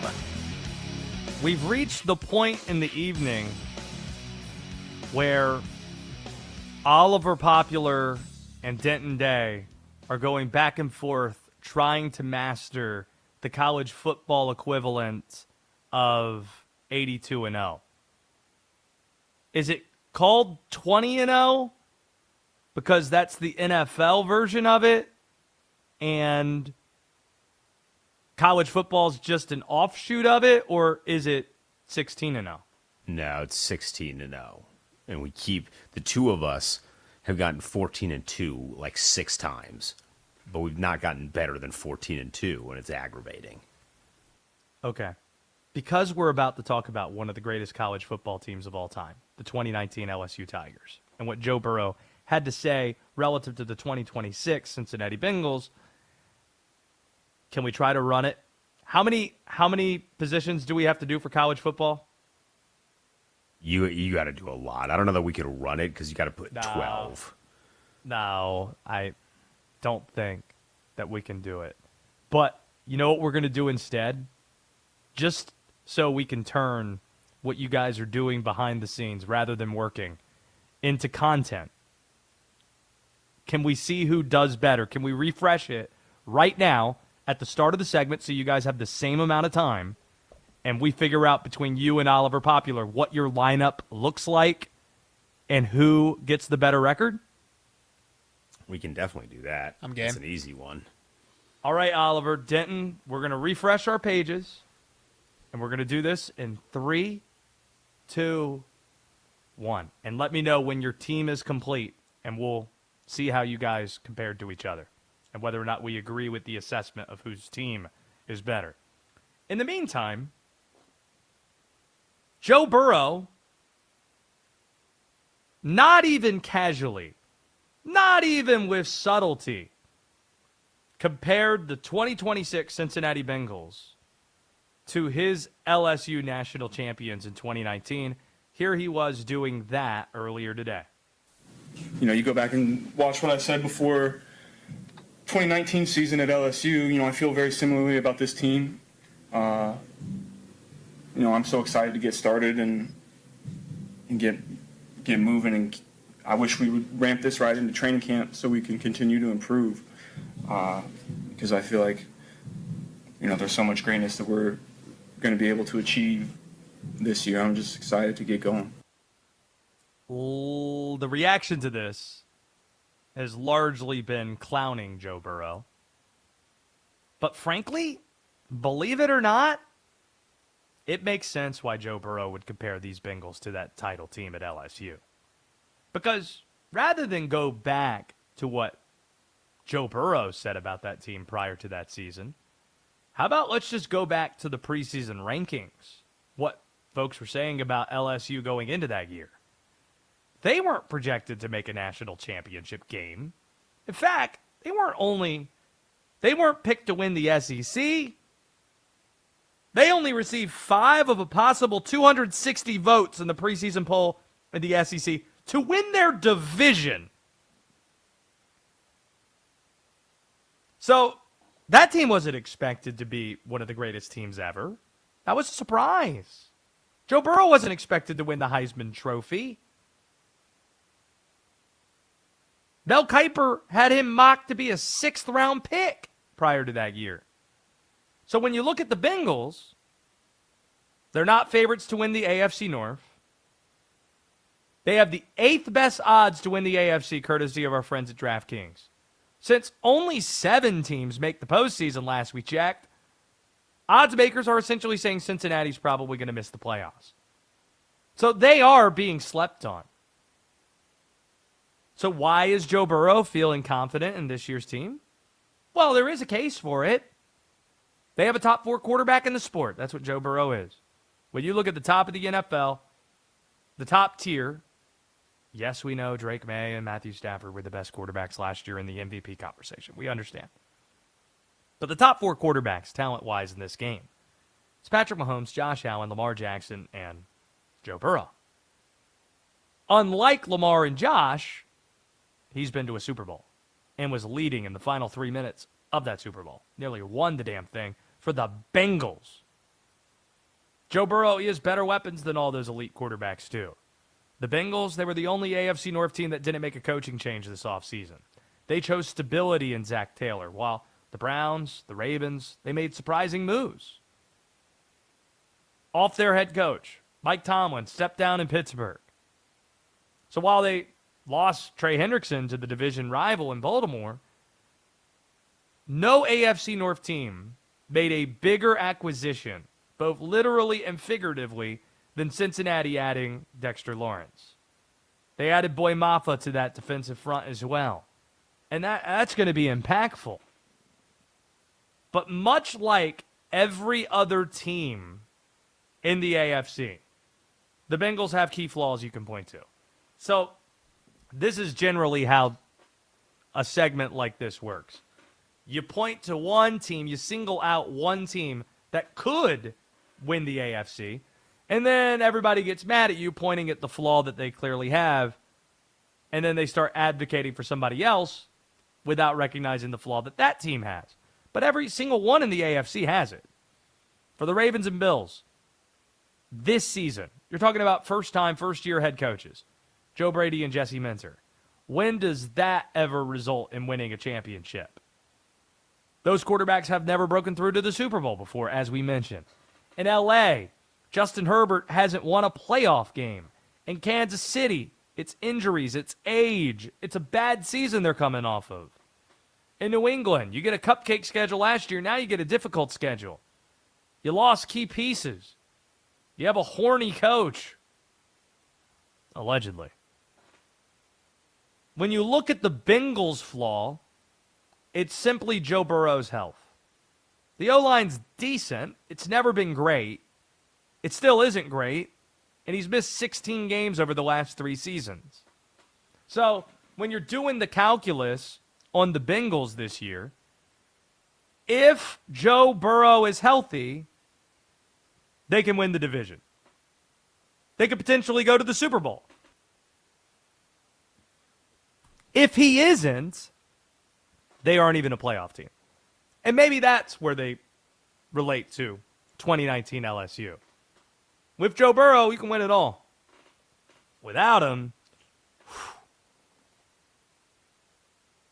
immense question marks.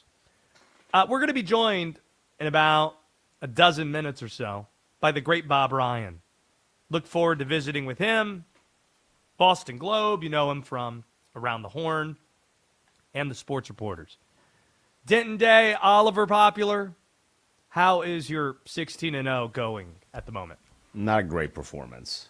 Not thrilled on my end. Okay.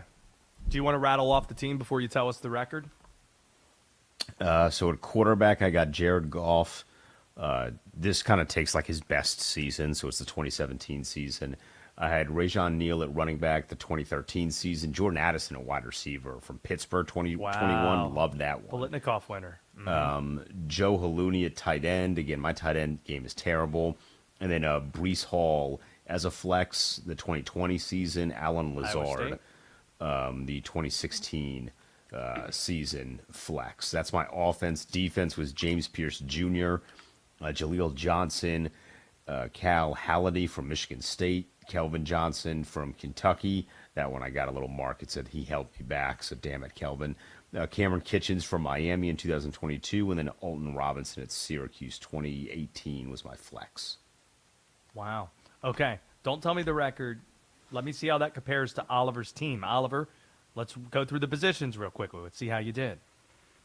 This one hurt because it was such an amazing start, and it just went so downhill so quick. I don't feel bad telling you it went downhill. You're probably still not going to guess the record. So my first two were 2014 Marcus Mariota and 2012 DeAnthony Thomas. Wow. As someone grew up with the Pac-12, I was ecstatic. My next role is wide receiver Nick Easley out of Iowa. Any takers? No? Yeah, no. We have, actually, this one I was excited about. Andrew Corliss, Penn State. He was pretty good there. Tight end. This was a good role. Dante Foreman, 2016 when they won the, the Peach Bowl with Sam Ehlinger? Orange Bowl? Texas. Alex Collins, God rest his soul. Got him 2013 Arkansas. He was pretty solid. I mean, for the options, he was by far the best. I got Cassius Howell on defense a year too early, unfortunately. I got J.C. Horn a year too early on defense. Oh, my goodness. South Carolina. Yeah, so the years just didn't match up. I did get Montez Sweat in 17 from Mississippi State. He was great. I don't want to say this incorrectly. If I do, I apologize. Chibuzi Onwuka out of Boston College. Actually, pretty solid numbers for a D tackle. And then, if you can believe it, a 2019 linebacker from Indiana is what held me back. Raekwon Jones, 55 tackles, only 1 sack. So, yeah. Wait, what was it, the Boston College year? Was it Ezeraku? No, his last name's Onwuka. Ezeraku? His last name's Onwuka. Oh. Chibuzi, I believe it's Chibuzi Onwuka. I apologize. I love Chibuzi. Puts out big hits. Okay, let me try to guess the records. I'm going to say that you got a 10-6. Who's you? Me? Yes. No, 9-7. And I'm going to guess D-Day got 10-6. No, I got 13-3. Yeah, I thought his team was better, but I was trying to be nice. That's the first time I've ever gotten less than 10 wins. Yeah, I didn't know you could get less than 10 wins, honestly. The overall defensive rating was 71. You didn't show up when it mattered most. Again, if you can believe it, a 2019 Indiana linebacker held me back. If you can believe it. The lights, I believe it. The lights were bright, and you didn't rise to the occasion. They gave stats, too. It's the 18,774th highest score of the day out of 19,709 runs.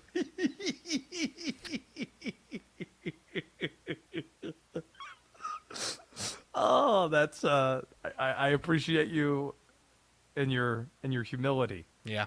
That's one of your best features. It is. I am super excited now that I know that there's a college basketball edition of this. I think it's called 31-0. Talking about regular season record. I think that's what it's called. One of you guys could correct me if I'm wrong, if it's a different title. I think it's 40-0. Assuming that you make Is it 40-0? Yeah, because the bid is 20 games an entire season. You win the Super Bowl, 16 for college, etc. Got it. That would make sense. So happy that that's the case.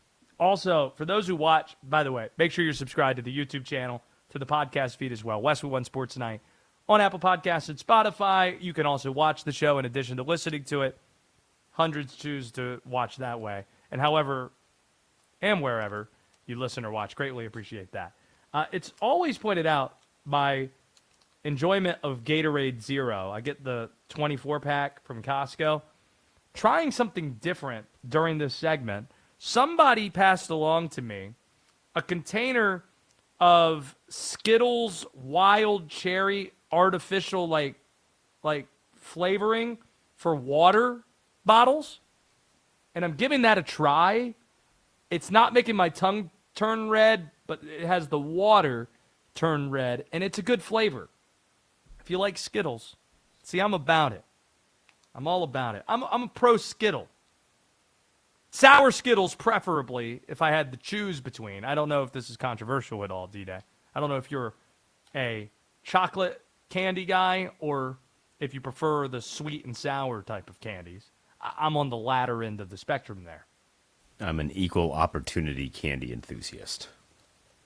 Equal? Come on, there has to be one you like more. If you're at the gas station or the convenience store and you see the candy section, are you grabbing chocolate or are you grabbing No, if I'm at the something gas sour or station, it's usually going to be something sour, sweet, fruity, what have you. My but guy. I got My range. I can go chocolate too. Don't get me wrong, I don't discriminate either, but I am about the sour candy. Game changers in that regard. Bob Ryan, don't want to keep him waiting much longer. Legendary sports columnist. He reflects on the passing of Len Bias 40 years later to the day. Tells us whether or not it's feasible for the Celtics to add Giannis Antetokounmpo, and gives us some historical perspective on the Knicks celebrating their first championship in 53 years with their victory parade today. The legend, Bob Ryan, joins us next. Is looking for a new contract before training camp. Will the Buccaneers get a deal done with the franchise QB or risk a distraction hovering over Tampa Bay all season? Westwood One Sports.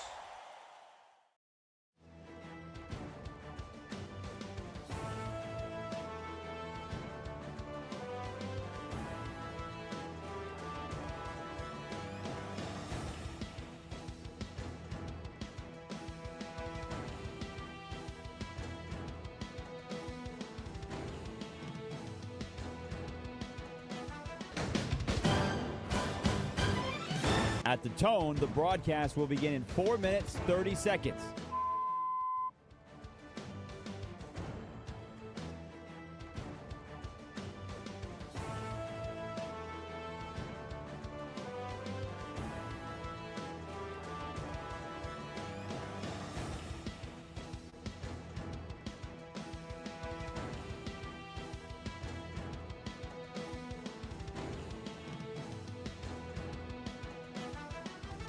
At the tone, the broadcast will begin in 4 minutes.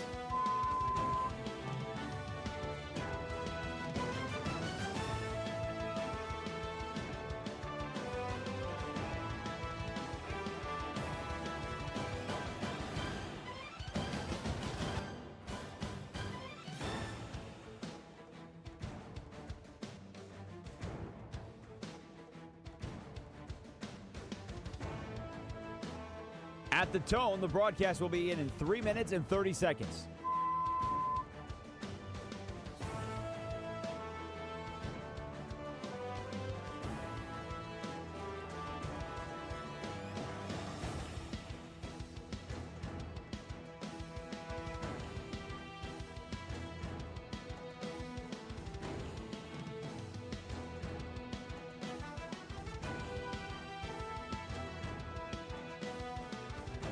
At the tone, the broadcast will begin in 3 minutes.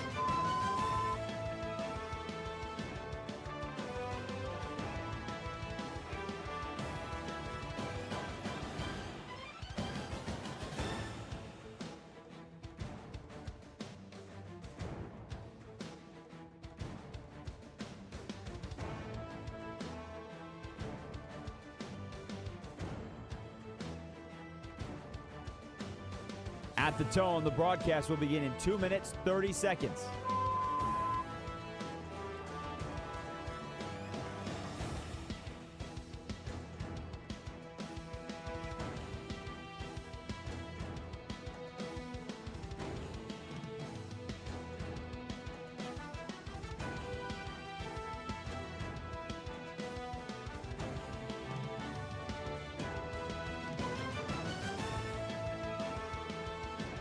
At the tone, the broadcast will begin in 2 minutes.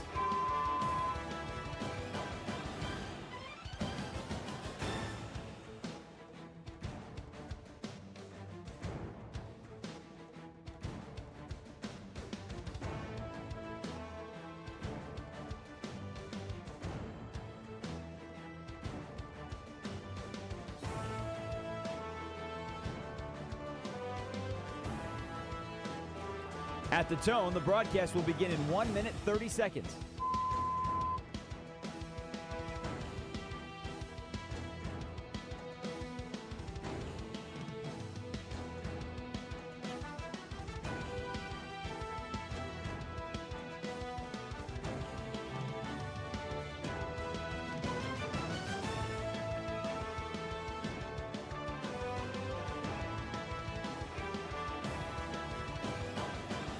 At the tone, the broadcast will begin in 1 minute.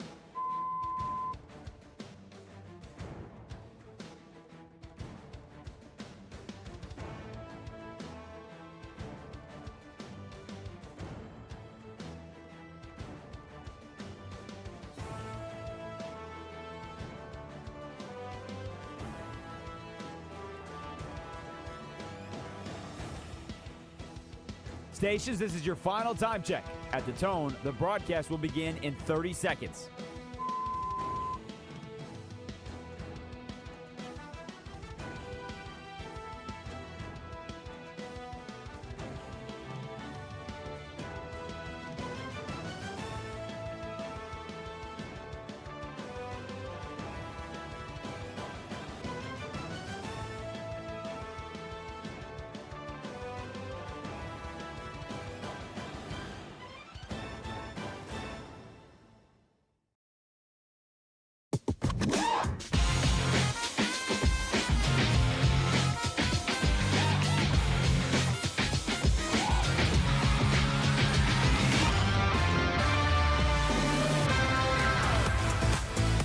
This is Westwood One Sports Night.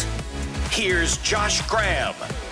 What a treat it is to be joined by the legendary sports writer from the Boston Globe, Bob Ryan. You've also known his work from the sports reporters around the Horn way back then, and he is an inductee in the National Sports Media Association's Hall of Fame.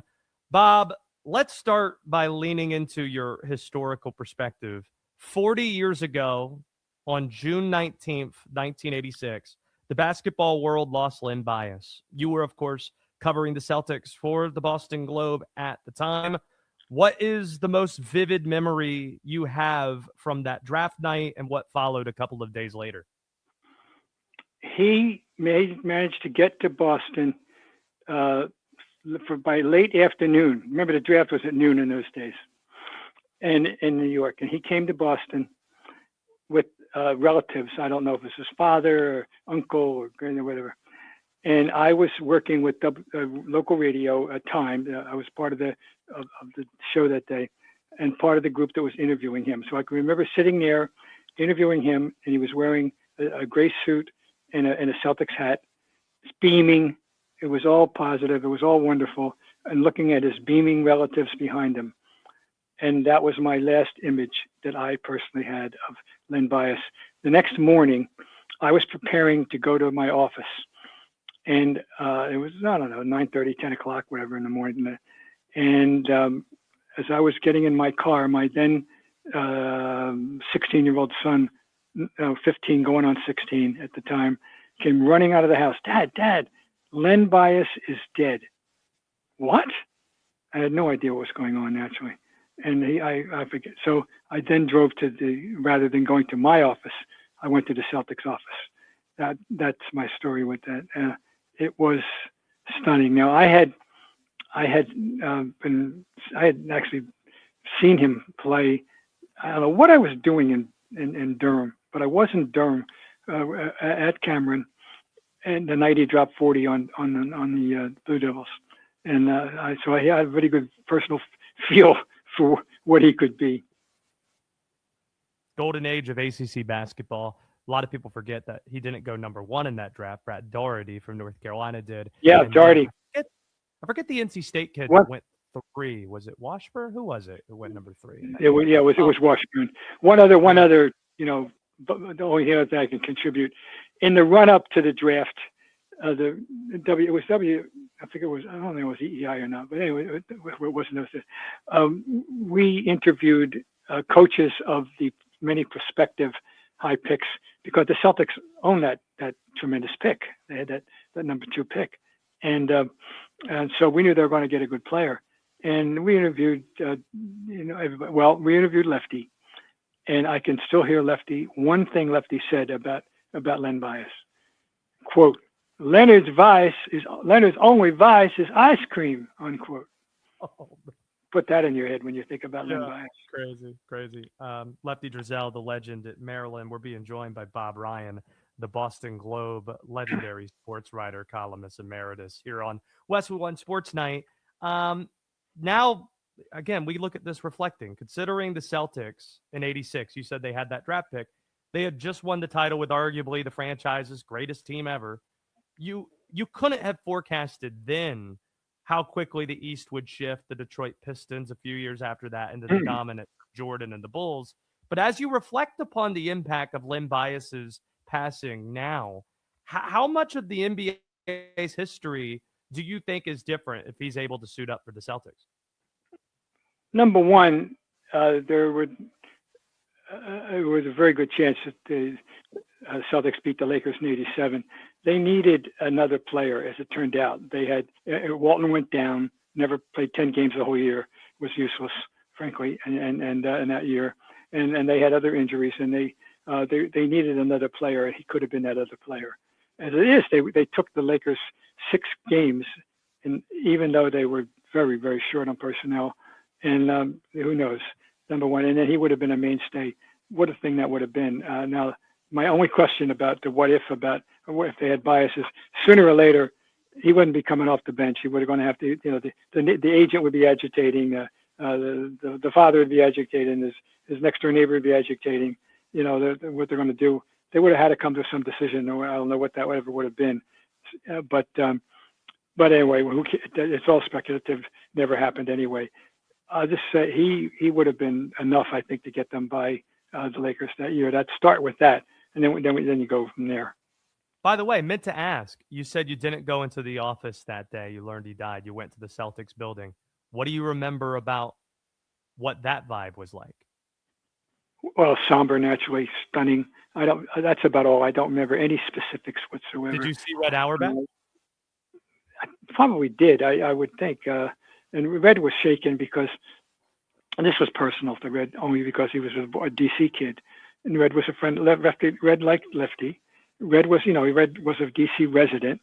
He had been a DC resident since he went to GW in 1940-ish, and lived all the time. He coached and was general managed and was president of Celtics. His full-time off-season home was Washington, D.C., and he was extremely proprietary toward everything Washington, D.C. Restaurants, ball players, everything. And this hurt. This was the most painful thing imaginable, that the kid from D.C. was the one involved. Bob Ryan's with us here, Westwood One Sports Night, one of the best basketball writers ever, as far as I see it, and especially for the NBA. And I'd be remiss not to ask you while we got you here.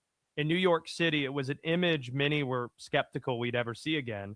earlier today, the Knicks rode through the Canyon of Heroes as 2026 NBA champs. What did you find most special about watching this New York basketball team? They played the game, quote unquote, the right way. They were about winning. They were about sacrifice. They were about hit the open man. They were about digging deep for going after loose balls. They played basketball. They played a proper basketball, and they had and this year, because of the machinations, they wound up with some depth, and they could hurt you in many different ways. They are a very worthy champion. There is, from a basketball standpoint, there is absolutely nothing you can't admire about them. They play the game beautifully. I've been on their case for 2 years. That roster assembly that Leon Rose has put together is masterful, and he made a lot of interesting decisions. There are a lot of complicated moves in terms of three-way trade and this and that, but he got them all done and put together a really good basketball team. So I'm going to look at it that way. That they're admirable, and I picked up on them last year and thought that they were a team on the move and somebody that you should keep your eye on.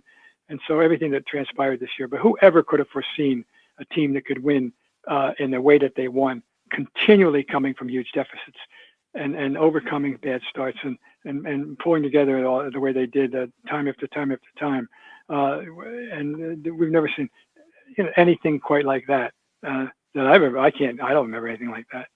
How far do you have to go to risk overstatement with this team and talking about, some say greatest New York basketball team, Jalen Brunson, some saying greatest Nick? Like, how far do you have to go before you start questioning, all right, are we overstating here?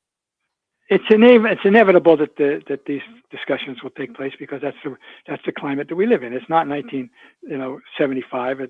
It's not. We didn't have a proliferation of talk shows or anything like that in those days. Some of these topics weren't relevant. But naturally, people are going to want to compare them to the 70 and 73 Knicks. It's their one frame of reference, and the game is so different. The 3-point has totally distorted the game and changed it. A completely different game. So it's fruitless to try to compare who would have beaten whom because they would have been playing different games. Although I will say this. There was a guy on the 73 Knicks that was made for this game, made for it. And I remember when he was playing going, my God, where is he shooting from? Jerry Lucas. Jerry Lucas would have been a devastating 3-point shooter. Devastating. So he was shooting threes when there were no threes. It would have been a wonderful thing. Now, as far as Brunson's role in their pantheon, he's had a couple of phenomenal, coming off a spectacular playoffs, a all-pro year, a run since he's come there. He's been tremendous. He's not the greatest Nick yet. Okay, let's hold off on that. Let him have a few more years. Walt Frazier is Mr. Nick. Walt Frazier, who's still around, he's a Nick icon. All those years as a broadcaster, he's my man to associate. He's the greatest Nick. But has Brunson got a chance to rip that title away from him? Yeah, keep doing it, kid. And the argument, it'll be hard to argue against you. I can't remember. You say that. I can't remember if this is a conversation we had at a various winery sports bar or something, or if it was an on-air conversation that we had talking about the sports that you can in some way accurately compare era to era. The baseball stats are still very much the same today as they were decades and decades ago. So that's a natural comp point. Football, I think, is a sport, if I remember correctly, you said it's probably the most different because of how you got one 300-pounder on a Super Bowl champion 50 years ago, and now there are a couple dozen on them on a team. Right. I forget basketball. I thought, if memory served, you thought basketball was a sport that was more comparable than people think. Well, that's before. I don't know what year that would have been. Obviously, it's no longer true. The 3-point shot has completely altered the nature of the game at every level. As I say, it's distorted the game at every level. And every 8-year-old kid thinks he's Steph Curry or wants to be Steph Curry, who is the most influential player of the 20th century.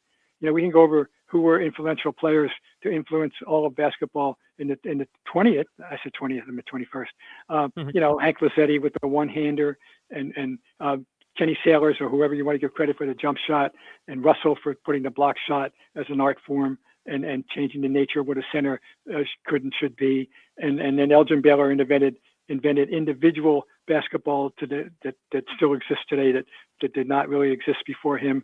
And now it's Steph Curry and with the 3-pointer and of course Caitlin Clark too. So it's a different game now. So whatever was true then, it ain't true now. It's just not. I mean, I'll give you a wonderful example. One day, I don't know whether it was before game 2 or 3 or whatever, but I happened to flip on to NBA TV in preparation for the game that night, and I thank God I got there in time. They were showing a half hour worth of highlights from 1976, 6-game series, the Celtics and the Suns, and including the epic, famous triple overtime game 5. And the nature of the game was so vastly different. Occasional 3, maybe, but inside out, fast breaks, beautifully orchestrated fast breaks, ball moving around side to side. It was the nature of how to play the game was offensive. It was very different, and I think even more entertaining. You had inside pivot play, of course, and Celtics had Dave Cowens, and the big takeaway I got, Josh, of individual play that I should be remembered, how good Alvin Adams was that young as a rookie, and he was a young rookie too. He had a wonderful series. He was really a tremendous player. People forget about Alvin Adams, but anyway, the game is so different. Yeah, you're talking about. Deny it. You're talking about. Deny it. Yeah, you're talking about 76. Last night, for whatever reason, we went back to some of the scores in the 2005 finals between the Pistons and Spurs. Game 1, Spurs 84, Pistons 69. Yeah. Game 7, Spurs 81, Pistons 74. So it's not even. Yeah, no, wait a minute. That game was a reversion to the old thing. And yes, we had an era, I called it the dead ball era, in which the scores were low. Where I think if you look closely, there was a finals in which nobody scored 100 or only one team did in that era. It was that final. It was there was one team that scored 100 points out of the 2 teams in the 7 games. Well, that's because the nature of the game was walk it up. And I call it was Frady Cat basketball by coaches who were happier when their team did not have the ball than when it did. And that was the whole era. That Bulls era, by the way, their lasting legacy is nil. And that, by the way, was Michael and nothing. Michael and that's it. They didn't leave any team legacy that we can sink our teeth into. But there were people like guys you wouldn't believe that wouldn't shoot the ball. Larry Brown was a culprit, believe it or not, and of course Jerry Sloan. And was a culprit. There were others. That was a different world. Thank God. And that was a dead era. I remember us grilling David Stern in the 94 and 95 finals about these terrible games. And he said, well, you guys like 1-0 baseball games and 14-7 football games. And, yeah, well, maybe so. But that, it was a terrible era. And thank God we got away from that. Yeah, or golf tournaments where the winning score might be 1 under par. I don't want to get into all the stuff. Well, you may have that. Don't expect anything different this week. Yeah, exactly right. Let's close with. I'll go with the over/under. It'll be +1. I'm serious. Yeah, I wouldn't bet against you. Bob Ryan is the legendary sports writer from the Boston Globe, and we've known you from your time with the sports reporters as well. Let's view this in a way as a parting shot. The Boston Celtics, rumored to be in the mix for Giannis. How much or how little does this make sense to you? I'm such a mixed feeling on this. I'm in no hurry to give away Brown. And I know he said a dumb thing about this is my most memorable year. He never should have said it because he should have known people would not take that the right way after you just lost a 3-1 lead in the finals. And it sounds much too selfish. Because he had a great year when they didn't have Tatum, blah, blah, blah. Okay. I'm not, I just give him the old talking to.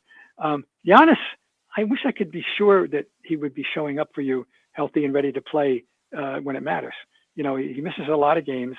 He hasn't had great playoffs the last few years when he's been in them, going all the way back to 21, I know he brings a different dimension and he brings something that they could use. I don't doubt that. I'm not going to cry if they don't make the deal. I'm not going to go threaten to jump off a bridge if they do. I'll say, okay, I because one reason being in Brad, I trust. And I may come down to this, Josh. Whatever Brad Stevens does, I'm going to nod my head and say, okay, I'm okay with that. So I mean, I'm serious. He's proven himself to be too solid, too smart, too savvy. And so if Brad wants to do it, all right, fine. Bob Ryan, it's so great to have you on this national venture. You mentioned briefly WEEI. We appreciate our friends in Boston out that way and the 300 markets we're in across the country.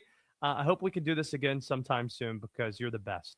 Really appreciate it. Well, as they say, Josh, you know where to find me. We will put this show to bed next on Westwood One Sports Night. The U.S. men's national team looks to go 2-0 in group play when they take on Australia. Can the Americans win 2 games in group play for the first time since the original World Cup nearly a century ago? We'll find out Friday. Westwood One Sports.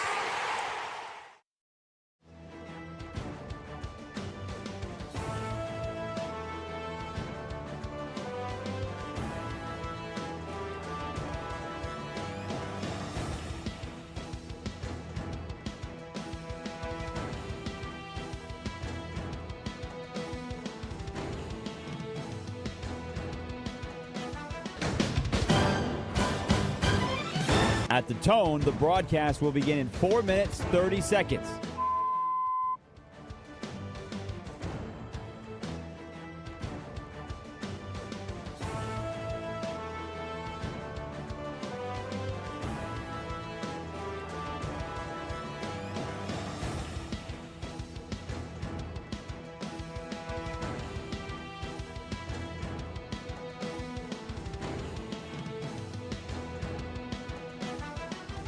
At the tone, the broadcast will begin in 4 minutes.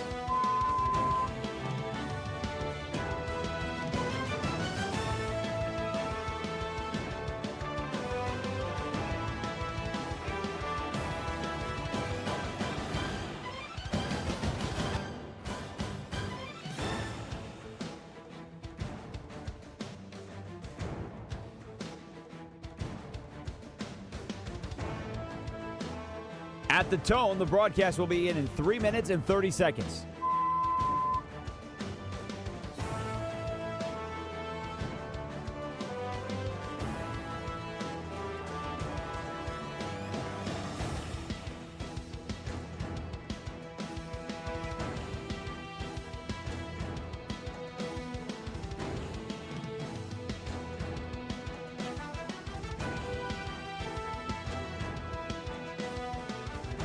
At the tone, the broadcast will begin in 3 minutes.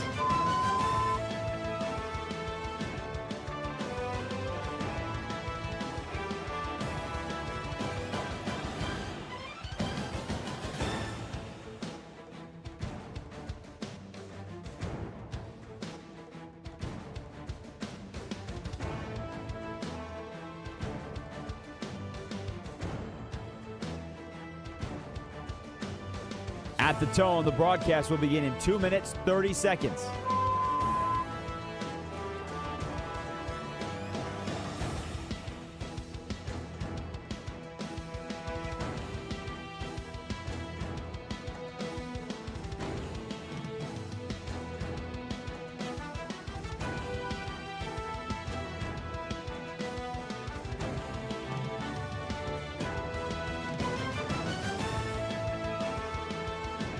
At the tone, the broadcast will begin in 2 minutes.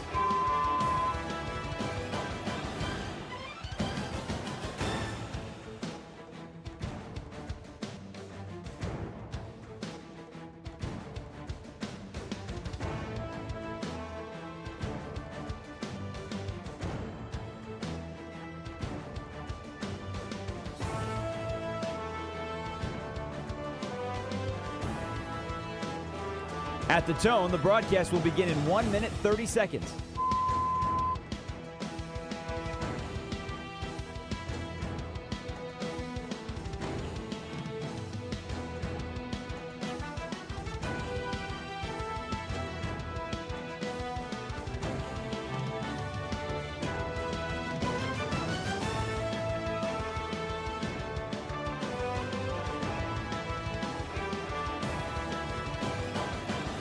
At the tone, the broadcast will begin in 1 minute.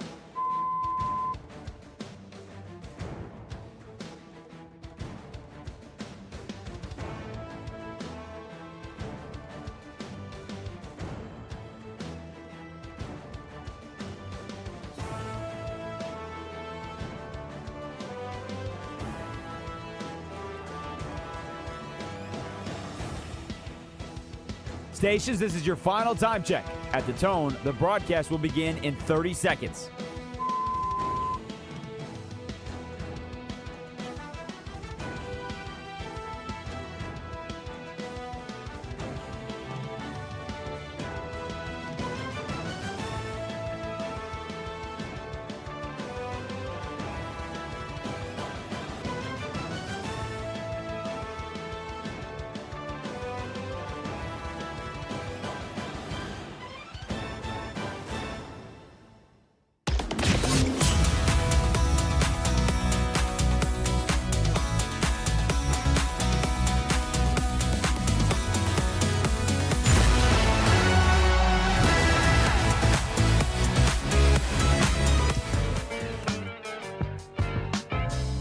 This is Westwood One Sports Night.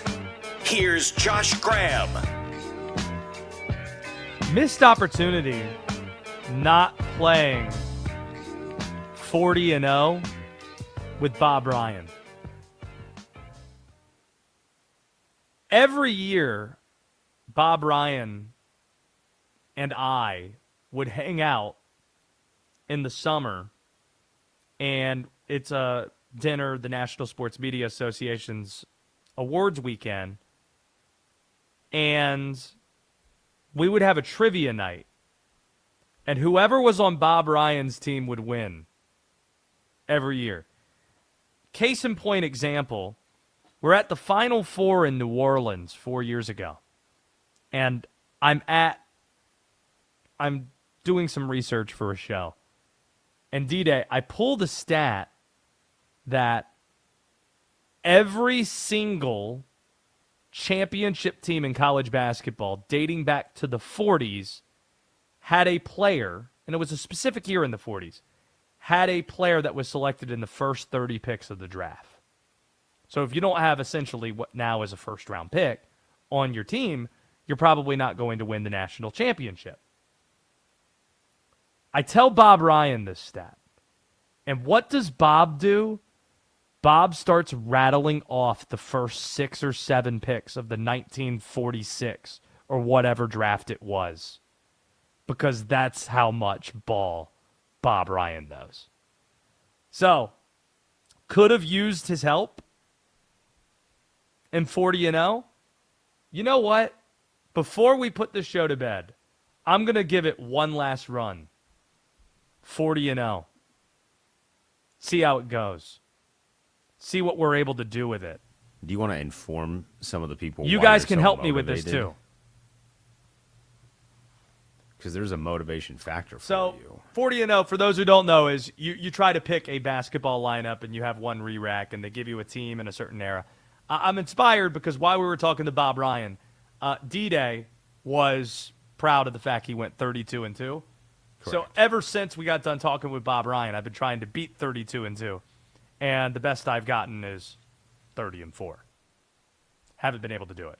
So I think as a show right now, because this is a collective, we don't need separation amidst the show. How about we try right now to do a 40-0 together? See who the best players that we could take are. And Oliver Popular, what was the best record you had so far? 30-4. 30-4. Okay. So let's give this one go, and we'll see what our record is. We could decide together who we play with. I'm trying to filibuster and pull this thing up real quickly. Okay. I have it here. Villanova 2014 through 2018. Brunson. Yeah, I think I know a guy. He's very Any popular objections? at the moment. No, that was exactly who I was thinking. All right, we're going to go with Jalen Brunson. Next rack. Notre Dame 2008 to 2012. Pat Connaughton's a choice, but Notre Dame won the ACC in 2015. So let's not do that. By the way, Westwood One Sports, your home for the Final Four. That's why we're doing college basketball here. Also, we just know ball that way. I'm leaning re-rack. My Notre Dame knowledge Notre is Dame. that 2015 This season. early on. Yes. Racket. So I'm leaning Re-rack. re-rack. Racket. We got Indiana 2008 through 2012. This is pre-Cody Zeller, but we got Oladipo. I'm about to say that's Oladipo. But that wasn't his, 2013 was his prime year, right? Was he good his first year as well? Like that good? They didn't really have anyone Oladipo, else that was great. Yeah, I would. Oh, I think the one play year, might be. Well, you're right. Cody Zeller would have been 2015. Probably thought would they have had been another a peak time to get Cody Zeller. Didn't they have another big? But I time- might be getting him Oh, mixed up with Kaminsky. Wait, Eric Gordon. Who went to Wisconsin? No. Eric Gordon. He went to Indiana. He's there. I think Eric Gordon's the play. Yeah. That's who we're talking about. Okay. So we're going to do Eric Gordon because that's the right play. We're going to have him shooting guard or small forward, guys? Shooting guard. Shooting guard. Shooting guard. All right. Next rack. Minnesota 2011 through 2015. Oh, wrecked. Yeah, that's going to upset the score. Ralph Sampson III went from Georgia Tech to Minnesota. I remember him. But this is where things get difficult, guys. Didn't they have one? We have to make decisions between Joe Coleman or Rodney Williams. Didn't they have one team that made the tournament that was pretty good? And it had a big man on that team who was solid? I love how Denton knew immediately. Wrecked. I mean, they're can't just remember his teams that name. are, when you spin them, you're like, oh, Minnesota in the mid-2010s, great. When they were awful and the Big Ten was awful, love it. I'm going to go Rodney Williams, small forward. Utah, 2011 through 2025. You want to say it or should I? Wait, 2011 through 25 or 15? Wrecked. 2021 through 2025. Oh, yeah. No. Wrecked. Either one was tough. Spinning Utah on this, great in the football version. Well, no, I think Jakob Portal would have popped up in the 2011 mid 2000s era. So we're going to go with Ezra Asar, and then to wrap things up, we have North Carolina 2017 through 2021. I think we go Justin Jackson over Luke May. Justin Jackson. We went 24-10, guys. That works. Thank you, Minnesota. And by the way, Utah. Rodney Williams did average 12 and 6. But by the way, both those guys averaged 12 and 6. The two players that I chose. So, I don't think it was that terrible. I think we deserve better than 24-10. How about you subscribe to our podcast and to our YouTube channel, Westwood One Sports Night? We'd appreciate that. Bob Ryan, appreciate him dropping by. We're going to be joined by JP Della Camera tomorrow, leading voice on U.S. Soccer, reacting to USA Australia. To close out today's show, let's put this show to bed.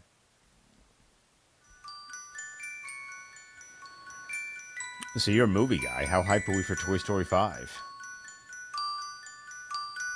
It's a big summer for movies because Toy Story 5's out. The Coming- Odyssey. The Odyssey. You had these massive movies take off. Obsession, namely Backrooms. Those were Supergirl surprises. next week. And I don't think Supergirl was on the radar screen. There's Should one be. more movie I am forgetting though. That Spider-Man. is big. Oh, Disclosure Day was last Friday, the Steven Spielberg movie. So it really is a big movie, kind of for whatever your taste is. Big summer for movies. So you're gonna watch That's Toy not Story what you're 5? talking about here, though, is it? No, that was Yeah. actually exactly what I'm talking about because I can't believe there's 5 Toy Stories. I like the premise. Because apparently the villain is like the iPad screen. So this seems to be like an anti-technology for kids, maybe anti-AI type of a movie. Well, the Which I villain think could is send a whoever good gave message. Woody a bald spot. Like, why was that one Yeah, that wasn't necessary? kind. And I mean, bald is beautiful. Welcome to the team, did Woody. this- But I mean, Did this touch close to home? he's an action figure. A little bit. I was like, what does he need a bald spot for?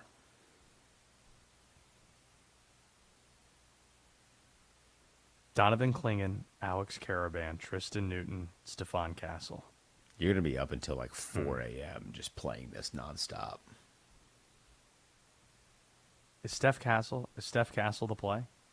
Or do I go, man, Liam McNeely put up some numbers too. This is a problem. You guys put me on this. I didn't even know really it was a thing until you brought it to my feet here. It was going to find you. Because 24 and 10 is not the way you go out. 24 and 10 is not the way you want to go out. What is the acceptable way to go out? And I don't plan to go out. 30 and something, probably. You think Drake Toll can go 30 and 4 on 40 and 0? Riddle me that. I'm going to say no, he cannot. Addie Bates? Addie Bates might She have knows a ball. chance. Addie Bates would destroy it at 162 and 0. You put her on the baseball one, she's going 161 and 1, guaranteed. Do they even have that for baseball? I'm sure. I mean, if they have it for college football, college basketball, they got to have one for baseball. I don't like the team that I just put together, so I'm not going to share what the record is because there's 10 seconds left in this show. I'm going to put Cameron Johnson as my power forward.